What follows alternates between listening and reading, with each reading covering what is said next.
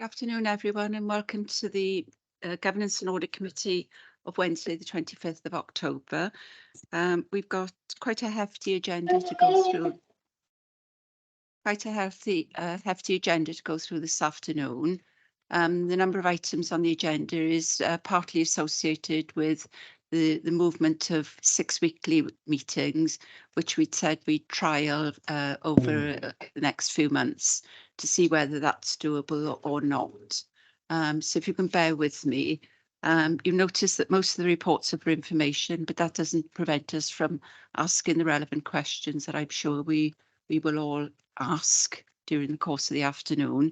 But if you can bear with me, I'll aim to keep a tight rein on the meeting, but I don't want to stifle any valuable questions that are going to be asked during the afternoon either. So if you can bear with me today, because as I say, it is a hefty agenda. Just before we start, I've been asked if we could take the 2 HR reports on absence management and agency staff before agenda item 4, because the officer has other commitments that needs to be attended to. So I hope members will not be offended if I agree to that, to allow that individual to move on. I've discussed this with the Vice Chair and he didn't think there'd be any problems in doing that. So if we can go into the agenda then. If I can take apologies for absence first, please. No apologies, Chair. Thank you. Agenda item 2 is any disclosures of interest. Any disclosures? None in the room? And through Teams? No. Thank you. If we can move to the minutes, then we'll take them page by page for accuracy. Page 1, page 2, page 3, page 4, page 5. I think there's a minor change. Julie, do you want to raise that? Yes, thank you, Chair. The meeting discussions, bullet point 3, it says the effect upon transformation savings was queried. Could that be altered to the sensitivity of transformation savings was queried? Because I think that was my question. Thank you, Julie. Page 6, page 7, and page 8.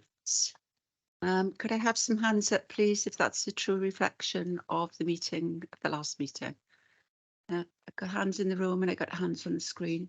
Thank you very much, Jeremy. Thank you for presenting those minutes to promptly for us. Okay, so rather than agenda item 4 now, if I can take us straight through to agenda item 10, which is the employment of agency staff. And straight after that, we'll take the absence management report. And if I could welcome Rachel, to present these reports to the committee. We take one first and then we'll ask questions from that. Thank you, Chair. Good afternoon, committee. The employment of agency workers is the first report that we will look at today. This is a for information report providing an updated position for the 2022-23 year on the use of agency staff across the council. The last audit report was rated as substantial, showing that our processes are effective and correctly managed, but there are some updates to share with committee on progress since this item was last presented.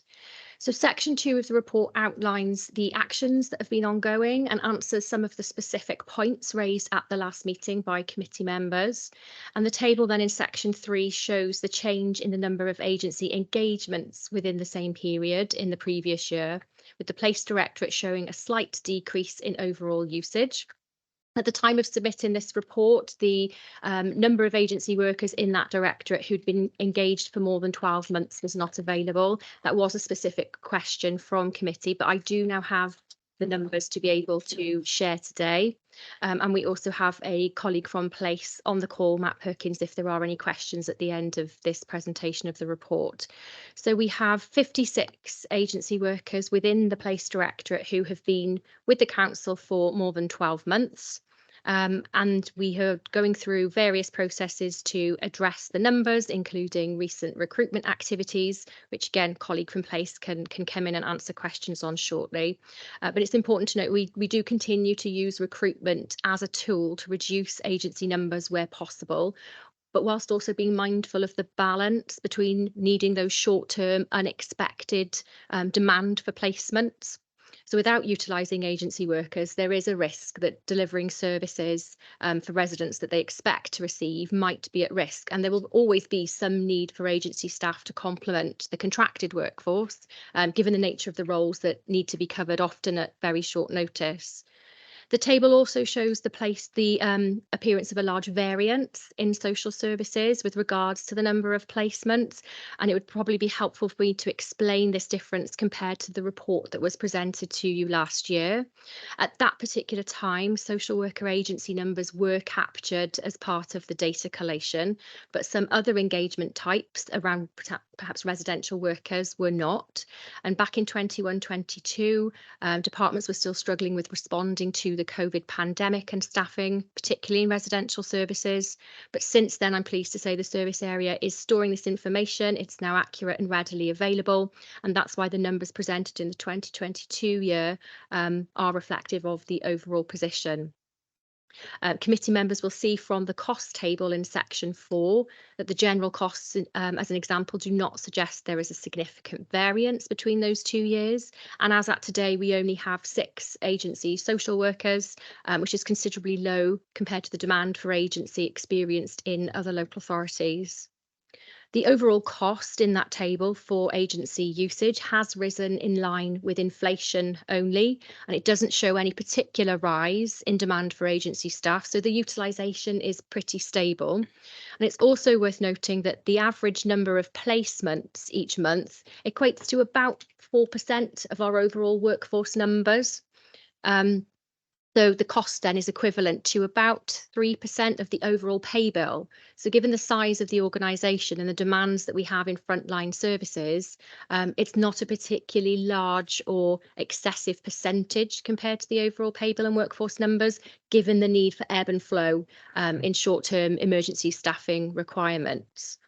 Another significant update to share with committee today is in relation to the agency supplier contract, which is about to be awarded. So colleagues from across the council have worked to go through the tender process and evaluate the bids for that preferred supplier contract, and this will be in place from April 2024. This gives us an opportunity to reframe that management information that's made available to us from suppliers and improve the reporting information still further to ensure that appropriate spend is being contract managed properly.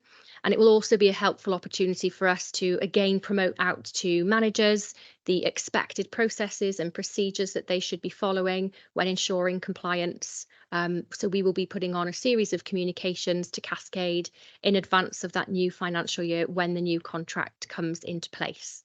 I said we have a colleague from Place available on the call. I know Dave is here from Social Services, so if there are any questions that between us we can answer from the committee, be happy to take those. Okay, thank you very much. If I could take questions from those joining through Teams first then, please. Councillor Leslie Walton. Thanks, Chair. More a comment, and it's a positive comment. I can totally appreciate how much the need for agency workers in the social care directorate. I mean, obviously that's vital that if somebody is not at work at very short notice, I can understand that. What I'm very pleased to hear is the fact that you're looking very carefully at making sure that long-term agency workers, their contract is reviewed, and hopefully more often than not they're being brought in as a full-time paid employee. So that for me was the thing that stands out very much. So I'm pleased to hear that that's been pursued, and hopefully that will carry on like that. Thank you. Thank you, Councillor Walton. Julie Davis. Thank you, Chair, and thank you for the report, Rachel. You note in paragraph 2.10 the need to employ agency workers to complete seasonal jobs due to the lack of candidates. Could you tell me whether you use targeted advertising to try and attract likely candidates, for example, from student communities?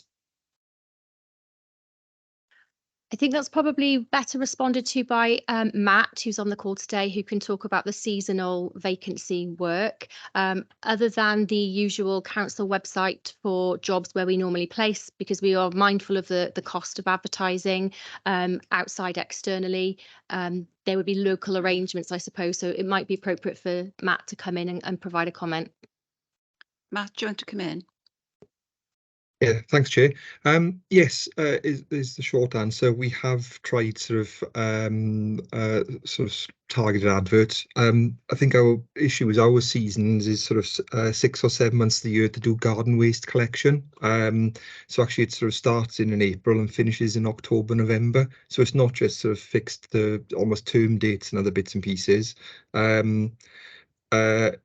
You know, it's sort of 7/12 of the year. So we last time sort of running adverts, I think I had 2 candidates respond, and neither of those actually sort of wanted the job after being offered it. So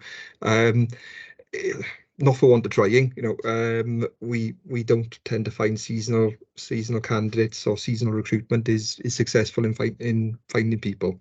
Hence us needing to go to an agency who do find people who mix and match jobs. You know, they're not necessarily available 5 days of the week or 7 months of the year, but they are available for shorter term. So some examples are students who will make themselves available on a Thursday or a Friday when they don't have lectures, but they won't be a 5-day worker for us, but quite happy working on that basis through an agency, if you like. So in that case, would it be something that you could consider looking at flexible contracts for people so that you can minimise the use of agency staff? It's quite difficult for us to do it. So, you know, if we, you know, from our point of view, we it wouldn't be impossible. It would be quite difficult to manage. So, you know, so what we need is, if we're putting an extra garden waste round on, if you like, from Monday to Friday, we need sort of a driver and 2 carriers each of those days. It wouldn't, you know, we couldn't sort of have 2 drivers in on a Tuesday, but no drivers turning up on a Monday. So I think it not impossible, provided we got sufficient candidates to cover all roles 5 days of the week, 7 months of the year. So not something we... Can I come in here? Can I just ask, picking up Julie's point, which I think are valid, if you can take that away to give it further consideration, rather than go through the detail at the meeting. I'm just minded that I need to keep a tight rein on the conversations going ahead, and there's people in the room waiting to ask questions as well. Okay. So is that okay, Julie? Is that okay, Matt? Yep. Yes, that's fine. Thank you. Thank you. Councillor Jeff Jones. Yes, thanks, Chair, and thanks for the report. You know, I've got to say, you know, without agency workers, we wouldn't be able to function. So they play an important role already. But you know, I would say the main problem here is, you know, the amount of people that are perhaps you know, missing work for whatever reason. You know, if we tackled that, there were less people off, we wouldn't have to use agency workers so much. Going on to what you actually said about, you know, we're actually going out to contract, which I think is a good thing. I assume there's going to be perhaps you know, a select number of agencies. How long are those contracts actually for? Are they going to be a fixed price for that term as well? Rachel or Matt? They could be permanent, they could be fixed term. It would depend on the need of the service. Matt may want to comment further. And from varies by role. So some of the people we have working may be sort of over 12-month workers, but they haven't filled one position. They filled multiple roles in the collection team. So, you know, I think one of the bits we sort of see through the report is we are now fully staffed in the waste collection team, which isn't to say that sort of there isn't a sort of a carrier off on one round one day, a different carrier on a different round the other day, and an agency worker actually has been in for 5 days, if you like, covering multiple roles. So that person effectively gets lots and lots of short-term appointments. There isn't one role for them. But you know, going back to sort of Julie's point just now, it isn't to say you couldn't do a 7-month fixed-term appointment for it, sort of for seasonal garden waste, which is effectively what we do. You know, we ask for sort of for somebody to come in and, you know, and drive a garden lorry for us for 7 months. So mix and match, Jeff. Thanks, but perhaps I was unclear there. I was actually talking about the the contract when it's actually let with the agency. How long are the terms? Is it going to be a year term or 2 years term, and will they be fixed prices for that period? Again, that would depend on the need. Lots of agency will be day to day to cover sickness, absence, or unexpected reasons for not being able to be in work. Sometimes it might be for a slightly longer period if there's a specific project to be carried out, but it would be very individual on the circumstances of the need. Thank you. Thank you. Councillor Mike White. Thank you, Chair. Yeah, in report again to the place agency staff. Obviously, as Councillor Jones has said, it is an essential job. They are frontline services, and the nature of the job we do is very manual and physical. So these will be more prone to plus an injury or illness than somebody plus working behind a desk. But what I would like to find out, if possible, of the staff that we offer positions to within the waste section department, cleansing and waste management. Are you able to give a breakdown as to how many have actually gone into perhaps refuse or street cleaning or into parks? Would that be possible, Matthew? Off the top of my head, not quickly. So I think we sort of said we've taken 102 on, wasn't it? So I think we've probably taken about 60 of those on in waste, and probably 55 of those 60 have gone into collections rather than baling plant and recycling centres. So the other 42 have gone into parks and cleansing, and I think they would be predominantly cleansing. They're sort of off the top of my head numbers. I can probably feed back sort of more accurately later on. Okay, and would it possible, Chair, if I get a follow up? And how many have we actually given permanent positions to after being coming into the authority on agency contracts? I can probably answer for my sort of 60 in waste, if you like, that I think probably there's only a few candidates who've come in externally rather than sort of being previously on with the agency. So it's probably something like 56 of the 60 waste employees were previously agency workers. But again, I can firm that up. I just have to go away and crunch some numbers to check. Okay, thanks, Matthew. Thank you, Chair. Thank you. David, I think you've got a question. Thanks, Chair. Just one for Rachel, really. You mentioned on table 4 about the increased costs in line with inflation. In regard to the previous year, is that the same principle, or are we just seeing inflationary costs rather than, is there a trend just around inflation only, or I'd have to go back to previous years? Yeah, I'd have to get you a copy of the previous years, but that's not a problem. We can make that available. That'd be handy, yeah. And in just another one, really, in regard to, you mentioned, I think let's go back up to it, about fixed term contracts and everything. Is there, to attract people in, is there a move towards permanent contracts for staff, or is it still a principle of fixed term contracts? I wouldn't say that there's a principle of fixed term contracts. Again, I would say in answer to the previous question, it's down to the need. So if there is a permanent opportunity, you're more likely to get a higher number of candidates apply for it, a better perhaps quality sometimes of candidates, because they are just more attractive roles than fixed term. But it will depend on the nature. If something's grant funded and it has a defined end period, it will be fixed term by the nature. But where there is a known permanent gap, we should be filling it on a permanent basis rather than testing with a fixed term. Okay, and just a little supplementary one to that. When the occasion arises on a day-to-day basis or whatever, if it's planned, are part-time workers in the council offered extra hours prior to going to the agency as a principal? It's very likely that that is the case because they will already be experienced, qualified, known to us, and performance levels will be known. So yes, I would say that is, okay. Yeah, Thanks, absolutely. Rachel. Thank you.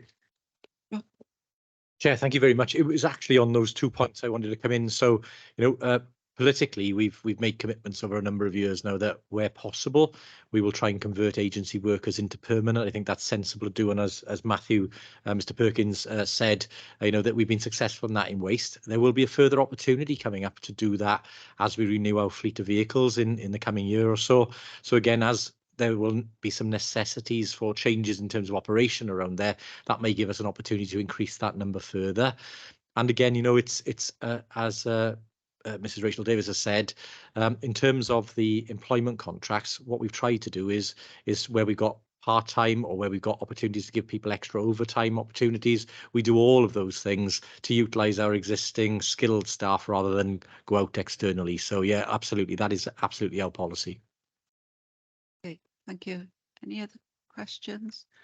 Okay, thank you, Rachel, for that paper. Obviously, the costs are still the costs, and I take the point of one of the councillors when talking about driving down sickness will drive down the agency costs. So I think that's something worth keeping on the radar. But thank you for the questions on that paper. And if you can move on to your next paper, Rachel, for us. Thank you, Chair. So the following report again is for information in relation to sickness absence. This is an update to the 2020 Management of Absence Audit Report, which rated systems and processes at that time as moderate. A further internal audit has been carried out very recently, and we are awaiting the outcome at the time of writing this report. Section 2 of the report outlines the historical context of sickness absence, and I should make committee aware that this data set has excluded the COVID spike that you would have seen in the 2021 report. At that time, COVID was categorised as infectious disease rather than general sickness absence, and it was therefore a separate reporting category. But given that COVID was such a topical issue in the 2021 to 22 reporting year, it was absolutely essential that that was included within the levels reported to committee at that time. Just after the last committee meeting in October of 2022, the categorisation changed, and COVID was then changed from infectious disease through to general sickness absence, and it's classed alongside all other reasons for sickness.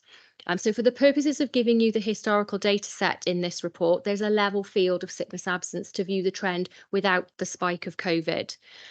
Paragraph 2.4 shows the percentage split of absence across each of the council's directorates, and would perhaps be expected given the number of staff and the nature of duties carried out in these directorates. Place and social services do share roughly about 80% of all absence between them.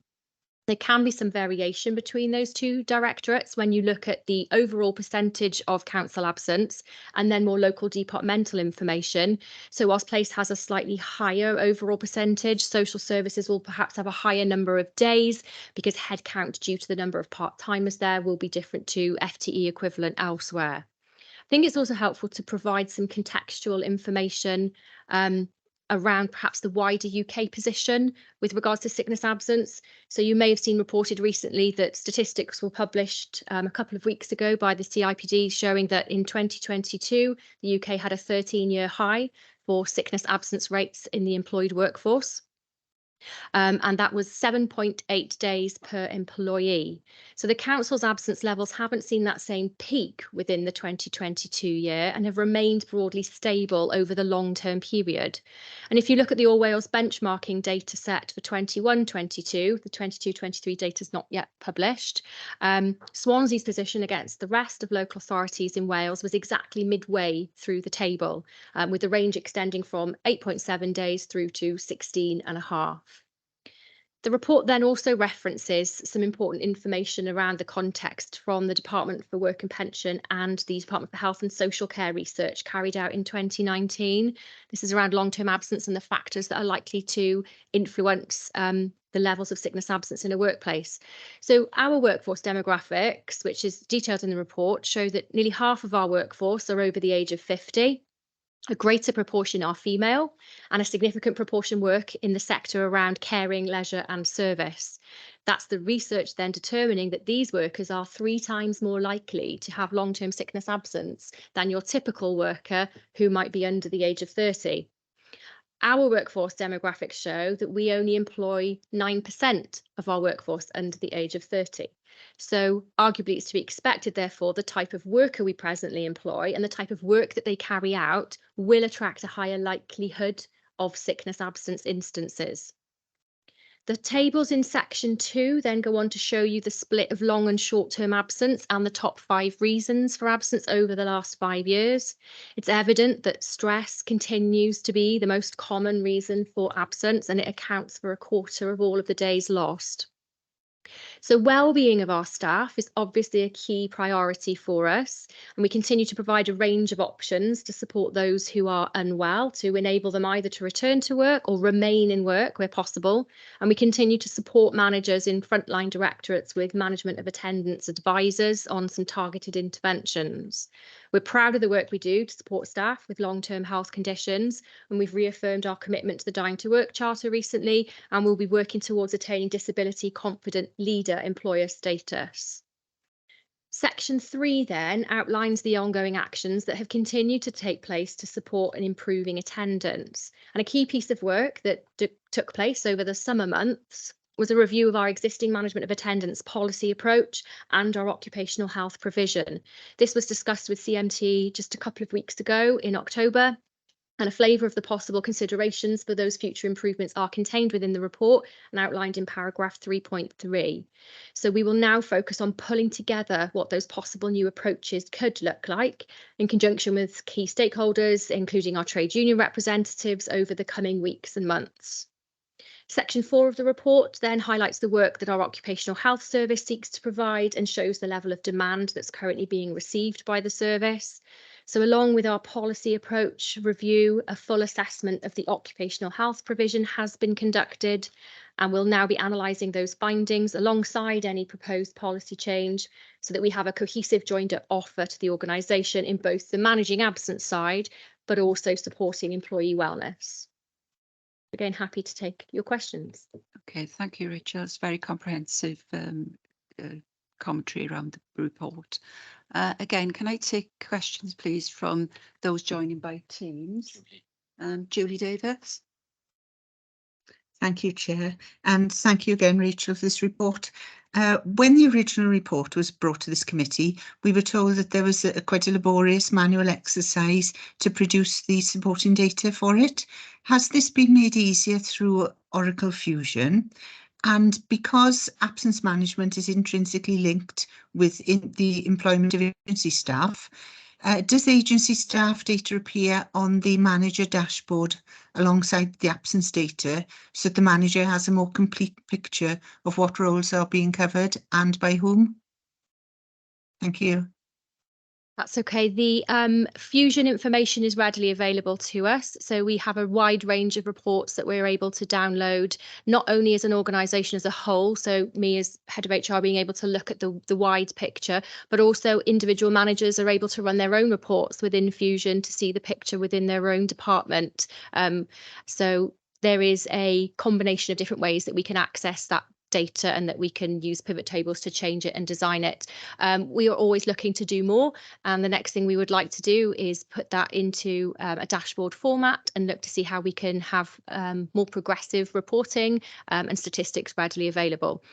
In terms of the agency information that's available, I mentioned in the earlier report that we would be working with the new contract arrangements from April to have an opportunity to refresh the way that that management information is supplied to us. So that's a piece of work that's yet to come in the couple of months as we lead up to that April implementation. And we will be looking to set out a firm list of exactly what information it is we require from the agencies and how that can then play a part in working with managers to show for their workforce planning, their current position with agency use, and potentially their predicted future spend. So that would be a future action for us, but it's very much on the list to do. Thank you. Any further questions from Councillor Mike Lewis, and then I'll take questions from the room. Thank you, Chair. Rachel, I understand that occupational health officers have been in very short supply of late. Can you tell the committee if this has been resolved? Because I understand there was a very, very long waiting list to see what limited occupational health officers we have. Yes, of course, occupational health is a shortage occupation, which is felt across the UK, and lots of employers struggle to obtain suitably qualified and experienced occupational health practitioners. It's not something that's limited to Swansea alone. We have a very small number of occupational health advisors that support us in understanding medical conditions and how we can reintegrate people into the workplace to balance them. And there can be lengthy wait times for appointments to come through for staff. So one of the actions that we're taking as a result of our review is to consider the best way in which we can utilise that service and the most effective way that we can get information to managers when they need it. And that will possibly result in a range of different options to support people back into the workplace that might not always include occupational health. It might include a review of how we triage and how we make sure that the right support is easily accessible for those who need it the most. So that work is, again, ongoing, and we'll have a future update to bring later on. I'm not sure I answered the second part of your question there. The first part was about the demand in occupational health. What, can you remind me, please? Was there a second part to that? I'm not sure if I've answered the full question. No, I just asked you if it'd been resolved, but obviously it hasn't with your answer. Can I ask the chair if we can have a report on this at a future date to see that it has been addressed? Thank you.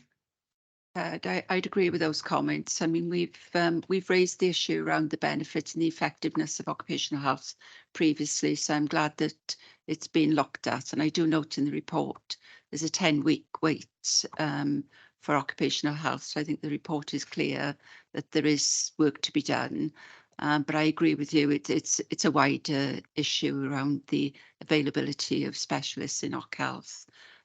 Certainly, I know from my health days that it was a challenging agenda, but I see no reason why we can't have an update in 6 months' time. And could I ask that when that update comes back, it picks up the other issue was raised about overlaying the data on agency use alongside the sickness absence rates in those particular areas where there are pressures, because sometimes that will give a correlation and help managers to manage the situation. Yes, of course, that's fine. Chair, can I Yeah. just come in? So just to say, on the agenda for Governance and Audit Committee next time is the review of sickness and occupational health. But actually, we've covered our progress on that to date in this report. So can I suggest that we take that off next month's agenda and shift it to the 6 months point when we will be able to give you a full update? Thank you. I think that's reasonable, yeah. Are you happy with that? Yeah. Okay. Councillor Mike White. Yes, thank you, Chair. Can I ask the officer if we are using the redeployment policy effectively across departments, and are all managers aware that we have got the redeployment policy to try and get people back into work and obviously put in place the actual training needs for them? Yes, we do have a comprehensive redeployment offer, and there are lots of pieces of work that go on between individuals who have been identified as needing medical redeployment, and we work closely with managers to try and redeploy wherever possible. There's also an opportunity for us as part of our absence review to consider more creative ways in which we can accommodate adjusted duties for those with long-term health conditions, which may alleviate the need for redeployment at all. But it is a very common tool that's used. There are lots of conversations that take place when it's advised by occupational health that medical redeployment is needed. Managers are generally open and willing to accommodate where possible, but that's not always the case because there are sometimes occasions where the match just isn't right. So it doesn't happen in 100% of cases, but we do support and encourage redeployment as far as we possibly can to keep people in work. Yes. Okay, yes, that's fine. Thanks, Chair. Thank you. Okay, questions from the room, David?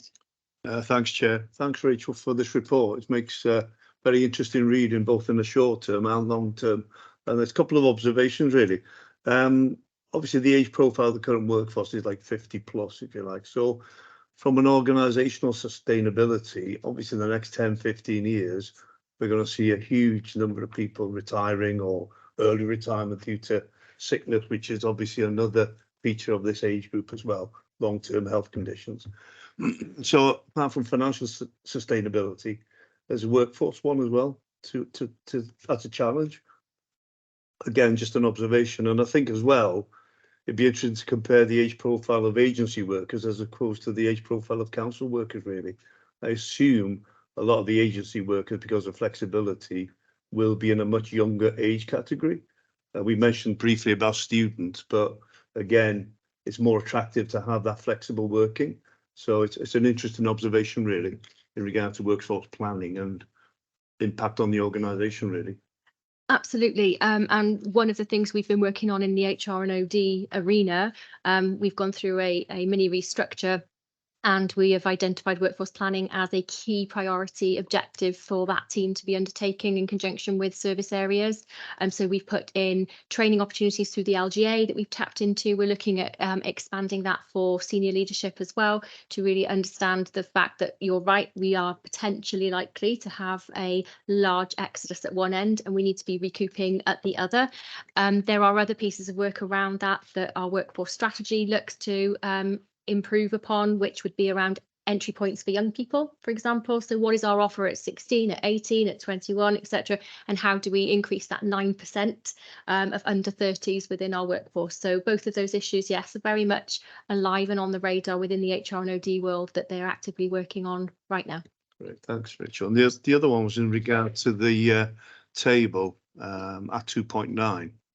And again, from my own background working in mental health, obviously stress is a common feature here, but sometimes and in some cases, stress can manifest itself as a physical presentation.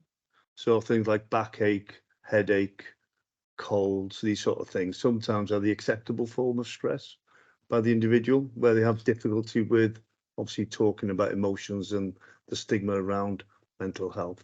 So sometimes maybe the figures around back problems, stomach complaints, could be underlying sort of stress problems as well.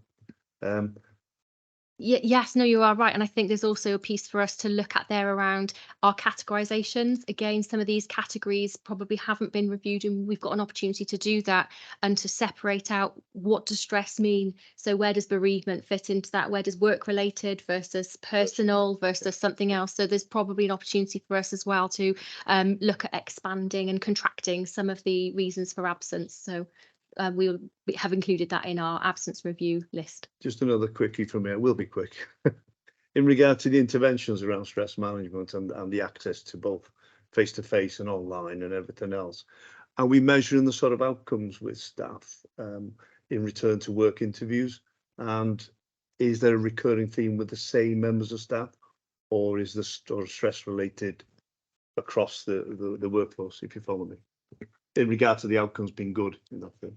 So we do have positive outcomes from those employees who are referred into the stress management and counselling service. Yes, the majority of those are actually people who are in work and who haven't gone off, and it's more of a preventative than to stop people from feeling the need to go off. And surveys are carried out around how effective they found that service when they were going through it. And I'm led to say the data says that very strongly people feel that they potentially would have gone off work if they hadn't had access to some sort of counselling. I think it's referred to in the report as well around there are wait times. Unfortunately, demand again is high, and we know it's one of our top reasons for absence. So I refer in the report to other ways of us looking to deliver or provide counselling services, and there are other options around 24/7, 365-day services that, as part of our occupational health review analysis findings, we'll be exploring to see what will meet the needs of the workforce far quicker and in an easier way to access. Okay, thanks, Rachel. Thank you. Thanks, Chair. Councillor Paxton Hood-Williams. Thank you, Madam Chairman. Thank you, Rachel, for the report.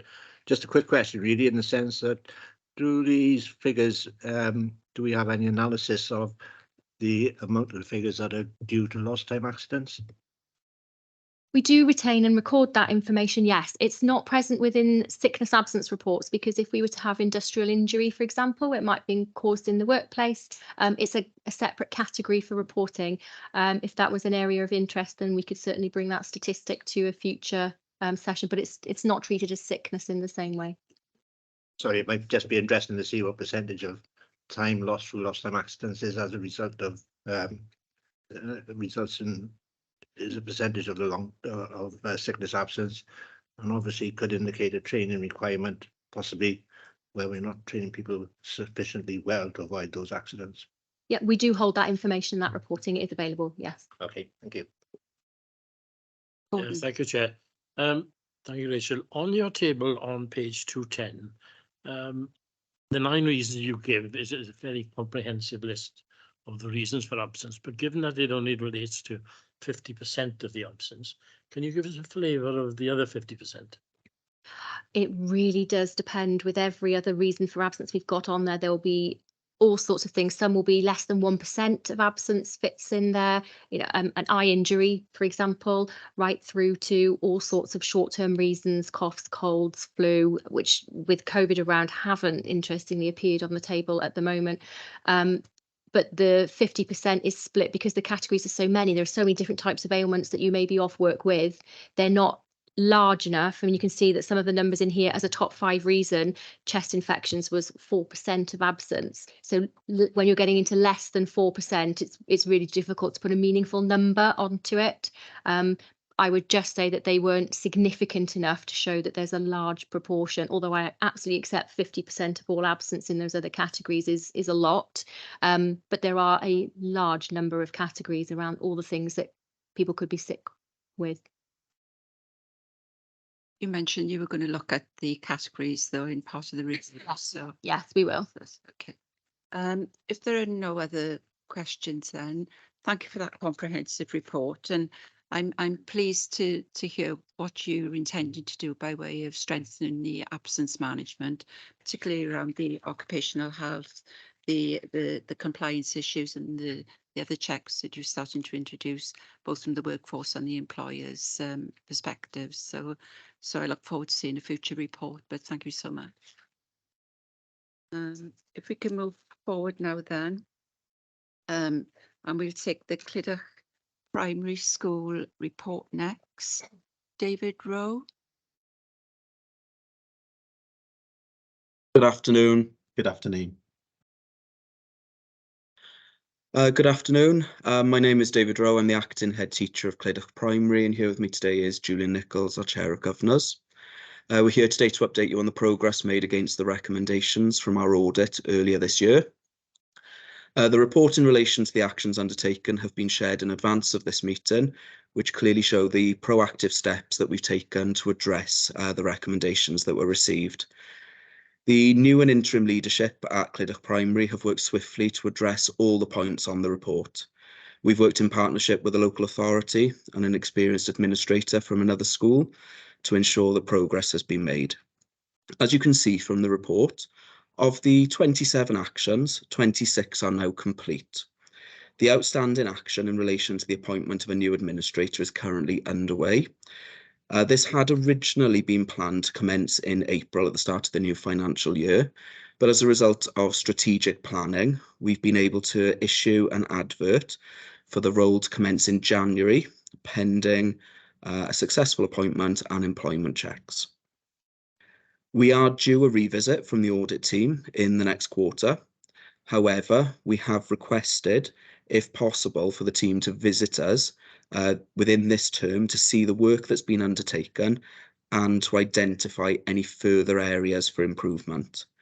We are pleased with the progress that's been made to date, but as a school, we're also keen to continue improving our policies, procedures and practices at all levels.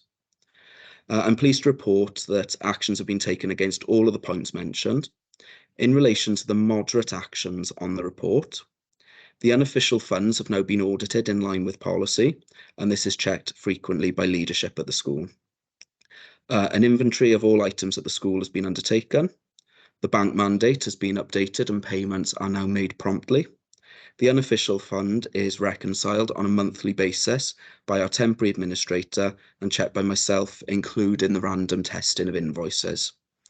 Orders are raised on Sims FMS and all funds are allocated in advance of orders being raised. And a check stock record template is now being used on each check run for payment. I would just like to thank all who've been involved in the process, and we are happy to answer any questions in relation to any other actions on the report. Thank you. Thank you very much, David. And quite clearly, you've done a lot of work and you've put the right emphasis and focus on those medium risk areas. I believe we have a question from Julie Davis. Thank you, Chair. I'd like to understand the timelines for the appointment of a permanent head teacher so that the school can be supported in moving forward and building on the excellent work that's been done so far. Yeah, so I'll just add that. So we have the advert which has now gone out, and the application will close on the 10th of November. There'll then be a shortlisting process, and then the interviews is the week beginning the 27th of November, and we look to conclude that by the end of that week with the full interviews. Then David Rose, sitting next to me here, is our substantive deputy head, so he will remain in post as deputy head teacher. Okay, thank you. Okay. Thank you. Are there any further questions? I'm not seeing. Oh yeah, Councillor Mike White. Yes, thank you, Chair. Can I just ask the acting head and are you the new chair of governors, or have you been the chair of governors for a while? Just since the new, just since this year. Right. Okay. Year, yeah. Okay. Very brave man. Right. Can I just ask whether the school had a finance subcommittee in place in the school, and also in regards to the term reports on finance going to full governors for any recommendation or anything. What involvement did you have? Was there with the school's primary support officer, who was obviously there to work alongside the head teacher to go through the area of the budget, through the 7/12 and the 5/12 on the spending for the school, and also in regards to the school fund policy? Did the school know what the procedures was in the actual what was needed for the signing off of the actual fund? Obviously, Julian, and obviously I started in the school in January. Julian's been chair of governors since the beginning of the previous academic year. Since January, yes. January. So we can't really comment on what was happening or not happening prior to being in the building, but obviously we've had the report through, we've actioned what's on there now, and we are ensuring that these processes and the ones that you've referred to are in place now. So the governing body has adopted the terms of reference for the unofficial fund. Julian, as chair of governors, has also checked the reconciliation of the bank accounts, and all processes now are being followed, but I can't comment on what was or was not happening prior to me being in the building. But the report was very clear about what we needed to do to put things right, which is what we've done. And also, part of the question, I think, was just about the finance committee. So yes, there is a finance subcommittee which isn't chaired by me, and that has been taking place anyway, and is also obviously that's part of our calendared committees that take place as part of the school calendar now. So they're already in place. So you're saying that the finance subcommittee is only now been set up since you come in? No, there's been a finance there's been a finance committee as part of the committees, but also what I am saying is that the finance committee was taking place all last academic year, and also now is a calendared committee which takes place every month. The finance meeting of the governing body as well is also looking primarily at the delegated budget, the money that comes in for the running of the school. This audit report is in relation to the unofficial school fund and the money that's been in our unofficial school fund, not the delegated budget, just to clarify that as well. I can see Jeff's just come on screen there. Jeff, I don't know if there's any, Jeff Fish, sorry, if there's anything you wanted to add to that. Could I just sort of ask then, the finance sub, obviously they've got delegated powers anyway. You would give them delegated powers for any, because at the end of the day, there's a limit which the head is only allowed to spend without having authorization of the full governing body. But could I just clarify, if the subcommittee reports are going to full governors for actual approval? Yep, they are. Yeah. There's feedback then to the full governing body, and then that's that report then is adopted and then minuted then as part of the full governing body. Does that answer the question? Yeah, that's fair enough. Great. Thank you. Thank you for being closer. I don't think there's a need for you to come in, Jeff. Okay. Are there any other questions, please? No hands up in the room. No further hands up. Can I thank you, David, for coming in, and also to the chair there with you. And pleasing to see that progress has been made to address the issues. And hopefully once you get a substantive head in there as well, things will be on track, and we want to see a critical report in the fashion that we've had this time in future. But good luck for the future, and hope everything settles down for you well. Thank you. Thank you, DL. If we can now move forward then, and we've got agenda item 5, Simon Cockings, for the external assessment report. Yes, thank you, Chair. Good afternoon, everybody. This is the report that outlines the summary of the outcome of our external review of compliance with the public sector standards.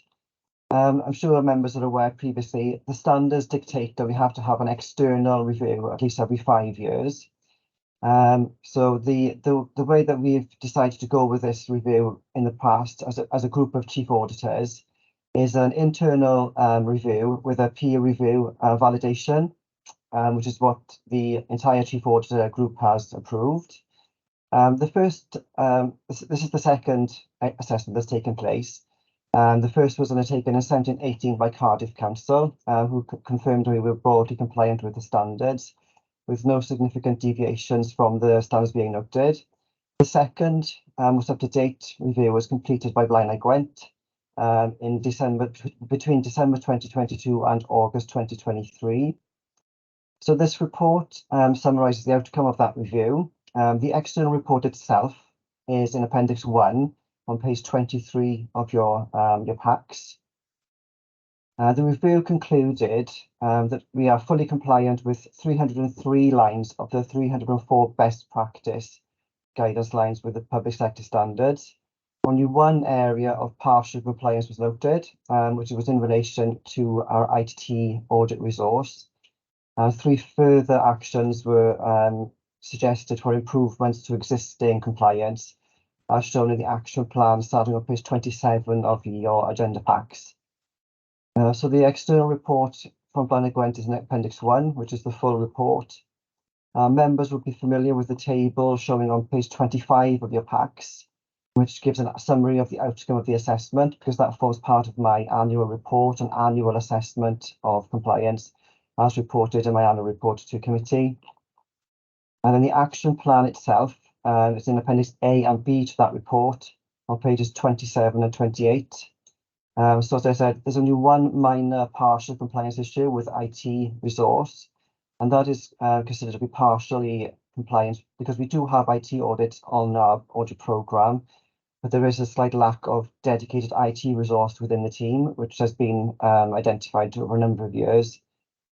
Appendix B shows the 3 suggested improvements to existing compliance, 2 of which require slight adjustments to the audit charter, which were completed, and those amendments can be seen in Appendix 2 on page 57 and 58 of your agenda packs.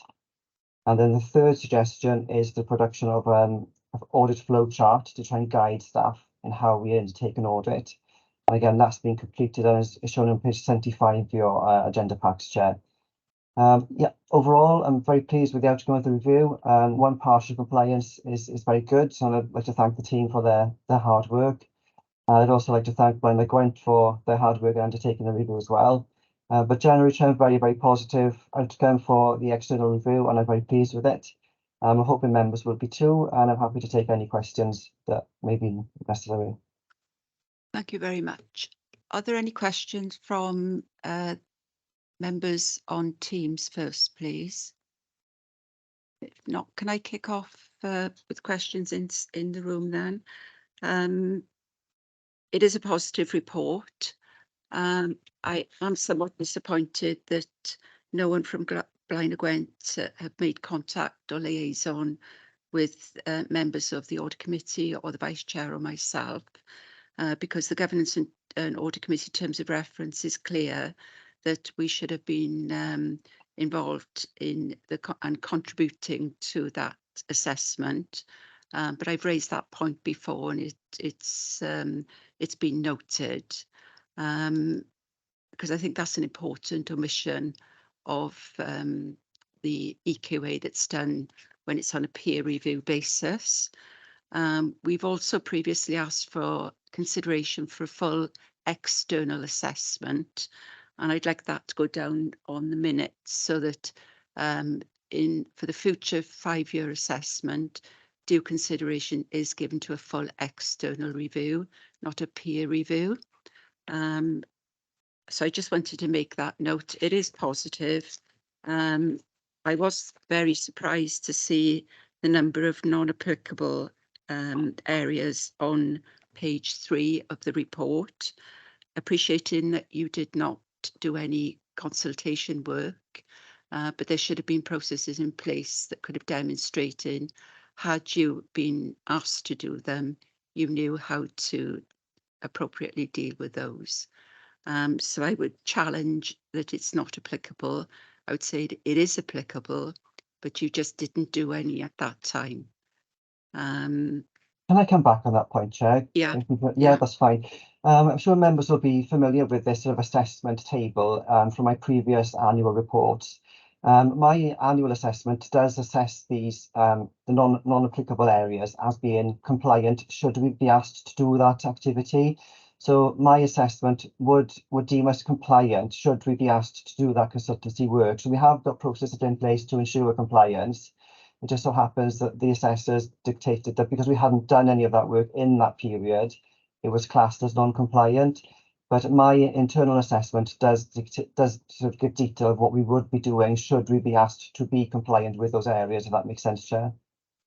So you've got documented procedures to deal with any approach that's been made for? Yes, Chair. If you look back at my previous annual report, this table includes those non-applicable as being compliant should we be asked to do those pieces of work. Okay. And the final point on there is where you've got a partial because of the IT support.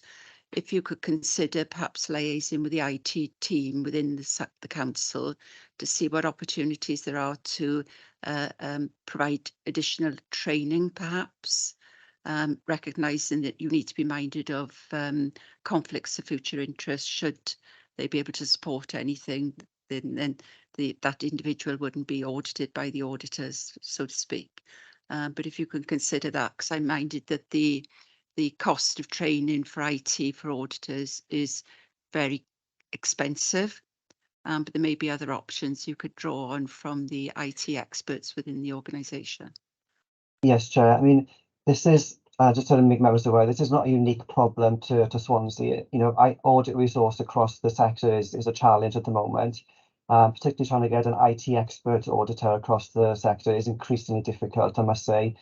We have already had some thoughts on this, Chair, in terms of taking this forward, both looking at what other local authorities are doing in the Chief Auditor Group to see how they're filling that need, and also looking at discussing this with IT experts within the Swansea Council, because we've just started our consultation exercise with the heads of service and directors. So we were going to tackle this issue in discussion with IT at that point in time as well. So this is very much in progress, Chair, hoping to be settled by the end of the financial year. Okay, then. So just for the purposes of the minutes, if it could be noted that as chair, I was disappointed that no contact was made with the audit committee during that process of the self-assessment, and obviously that we would like to see evidence that a full external review is being considered for the next CQA, which is in a further 5 years. Thank you, Jeremy. Thank you, Simon. Thanks, Any Chair. other questions? Any questions, any comments? No. Okay, if we can move forward then to welcome David House to the meeting today. And I understand you're going to take us through your Directorate's Internal Control Environment report. Yeah, thank you, Chair. I'm not going to go through the report in detail. I did last year, and it's not significantly different to last year. I think you advised me I took too long last year, Chair, so I won't make that mistake again. I'll highlight a couple of things that I think are not necessarily substantive changes to the report, but changes in context. So the first one I'll pick up is around financial resilience and sustainability. This is the first year in probably 5 or 6 years where we are forecasting an in-year overspend within the Directorate. That's entirely in keeping with every other local authority responsible for social care across the whole of the UK, certainly in Wales. And it's predominantly down to factors related to excessive inflationary pressures across social care sector, both workforce wages. You've already touched upon today recourse to agency staff, where if we can't get staff, then we've got higher recourse to agency staff than we might ordinarily have. New demands and expectations placed on us by Welsh Government. I'll give an example. Expectation from Welsh Government that we provide more community beds for individuals that would otherwise be in hospital beds. Well, that's fine in theory, but it still all needs to be paid for. So that's that would be an example of that. But inflationary pressures across the piece.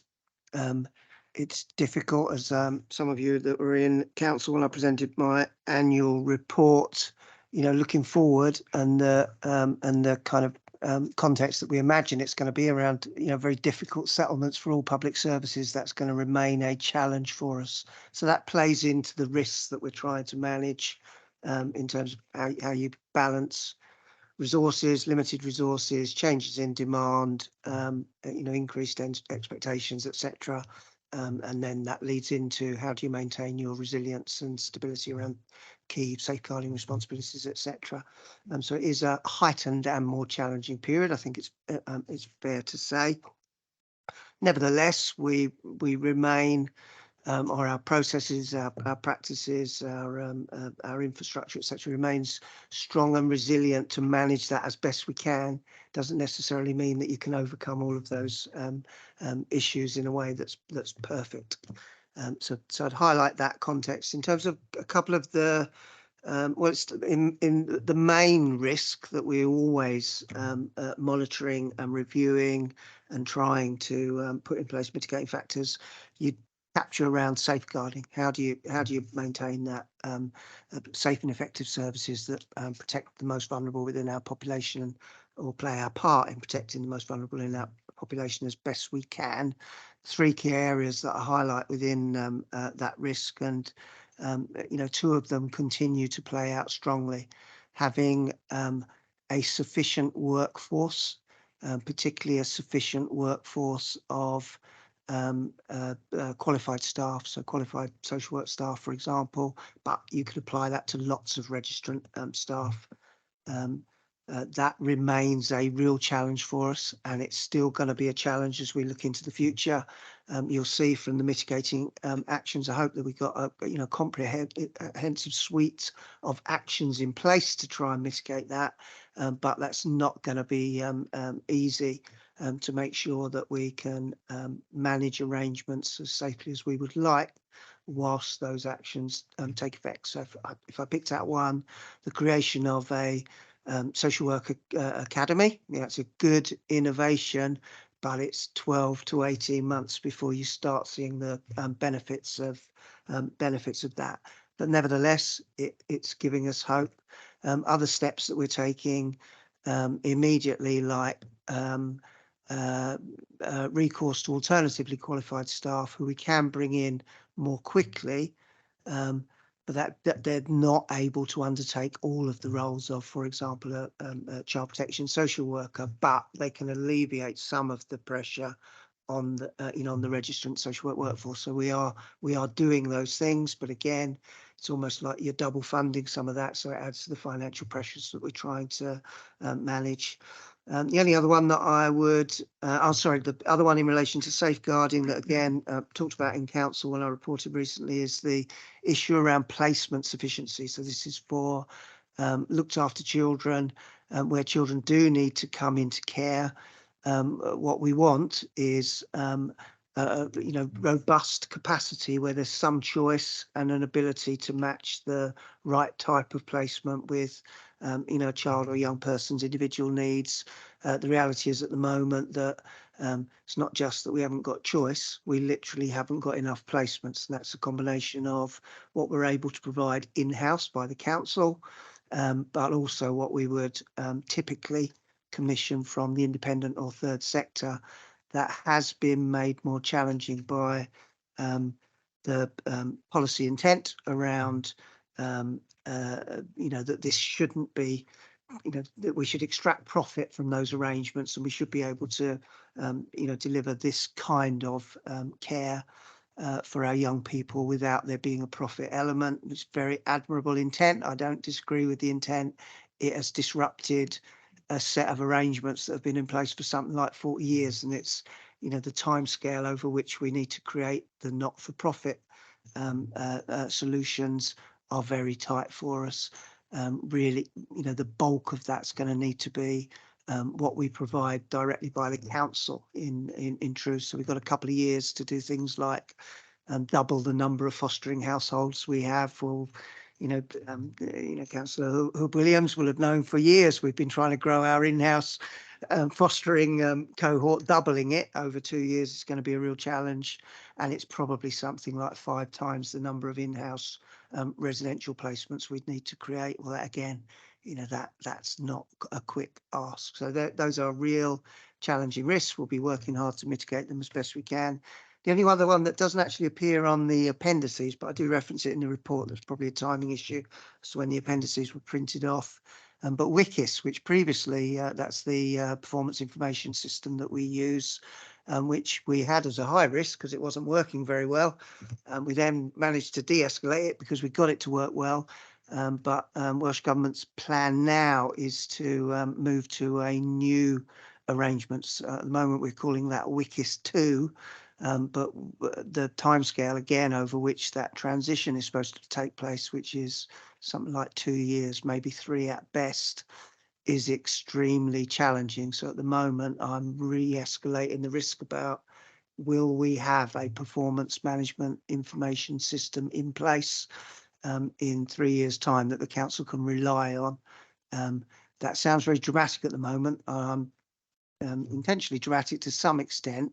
Some of that is my anxiety about I haven't seen enough detail from Welsh Government about how that can actually happen in practice to alleviate some of that risk. But we're doing the things that you would expect us to do, carrying out our own due diligence on both the Welsh Government plans and what alternative contingency plans that the council might be able to put in place if we need to go it alone or in partnership with the health board locally. So those options are being worked up as we speak, and you will see it appearing on the risk register and then either going up or down depending on what those contingency plans are.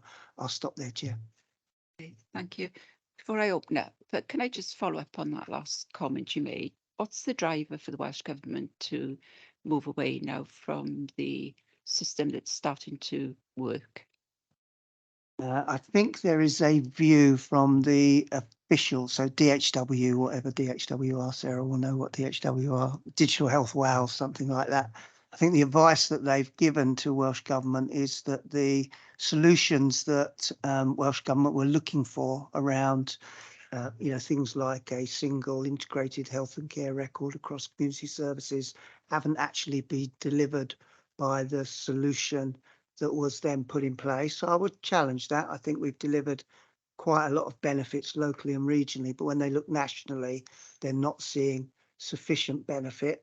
The other advice they had is that the landscape around digital solutions has changed quite significantly, and what was considered fit for purpose 10 years ago when the program was started, there are more options now. All of those things may well be true. There may be better options. It's the timescale that's scaring me. If we think it took us as a single local authority, I think COVID did impact, but it took us something like 4 years to implement WICIS. We've only had it in place for about 18 months. We're only now starting to realise the benefits. 2 more years and then a change. If it took us 4 years to implement, even accepting that COVID impacted on that, how do you shift? I don't know what it is now, something like 26 organisations across health and local. I've overstated that a bit, but it's that sort of number, 20. How do you shift 20 to not just one new system, but they're talking about 4 separate systems that then all interact in some complicated way that I don't really understand. That sounds enormously complicated to me as a lay person. Sarah might jump in and say, well, I've heard a bit about it, Dave, and you shouldn't be so anxious. Nevertheless, I am anxious at this stage, and we are highlighting it as a high risk that we wanted to mitigate. Sarah, can I bring you in to comment on that? Because I'm got alarm bells going in my head, because I know the torture that you went through in getting it to work to the point that it's working now. A lot of the different teams have been working on it across the board. Many different officers from across the council have been involved, including the IT team, and working with all different areas of Welsh Government as well. So it's still under a lot of evaluation. We have fed back all our thoughts about it, and also all of the complexity moving forward. If for example they decided to go for separate solutions, or how we integrate data migration, it's a very large project. So obviously we're just feeding in all of our thoughts about it. It's a big move. It was a big move to implement, and this is a big move. So we're feeding into all that at the minute. So although nothing's finally decided, we are obviously making sure that all our thoughts are fed into that process. Thank you. Could you keep us up to date on that? Do you know if there's any significant issues? Councillor Paxton Hood-Williams. Can I just say, Madam Chairman, that as a scrutiny panel, performance scrutiny panel, we are very dependent on getting the right sort of performance data to be able to monitor. And over the last 6 months, 9 months, I think we've been relatively satisfied with the information that was coming out of WICCS, I'm not quite sure how to pronounce it, but and it was beginning to settle down and beginning to look very useful. I am bitterly disappointed to hear that they're thinking of changing the system again, and where are we going to get our information there from? I must admit. And the other thing you mentioned as well, David, obviously in terms of residential, the residential situation for young people, that is really becoming a problem for us in the moment in the short term until we can develop our own resources, I suppose is what it amounts to. But you can't create residential homes at 5 minutes flat. It does take time, and we're going to struggle for a while. And that's basically down the Welsh Government policy again in that sense, in terms of what they want. Understand where they want to go with it, but it's creating problems for the department, and certainly from a safeguarding point of view. I mean, obviously, the work that you do in that scrutiny panel is Pardon? the work you do in the scrutiny panel is imperative that Well, the you keep point I this just committee. made there, not so much on the system side of things, but certainly on the residential care, we certainly made known, and the cabinet member concerned is well aware of the problems herself and has taken them away. And I think they'll be discussed at Welsh level anyway, so we'll see what comes out of that and watch it with interest. Okay, thank you for that.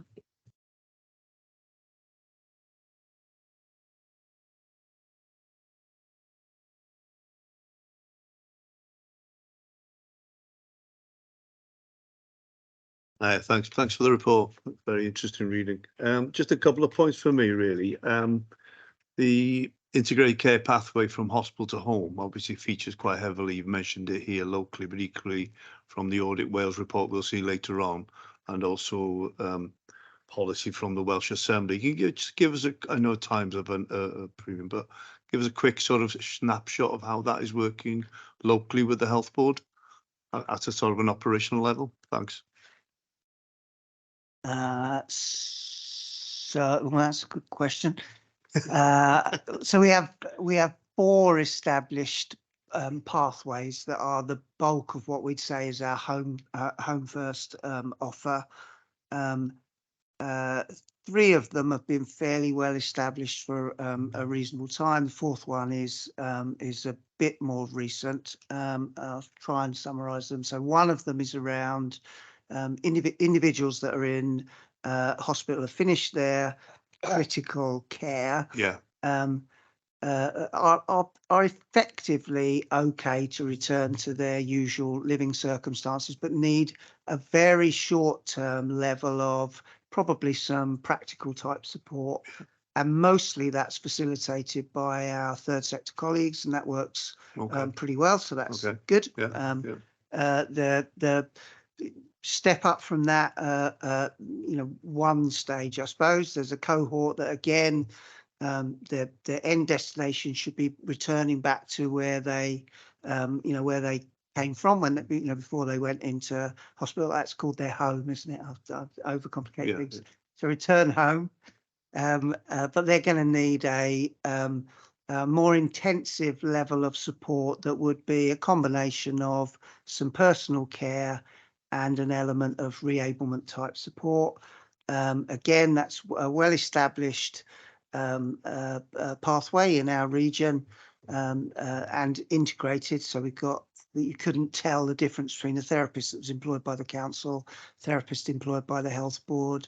Doesn't matter which one comes, it's whoever's available. Yeah. And then we facilitate the dom care element of that.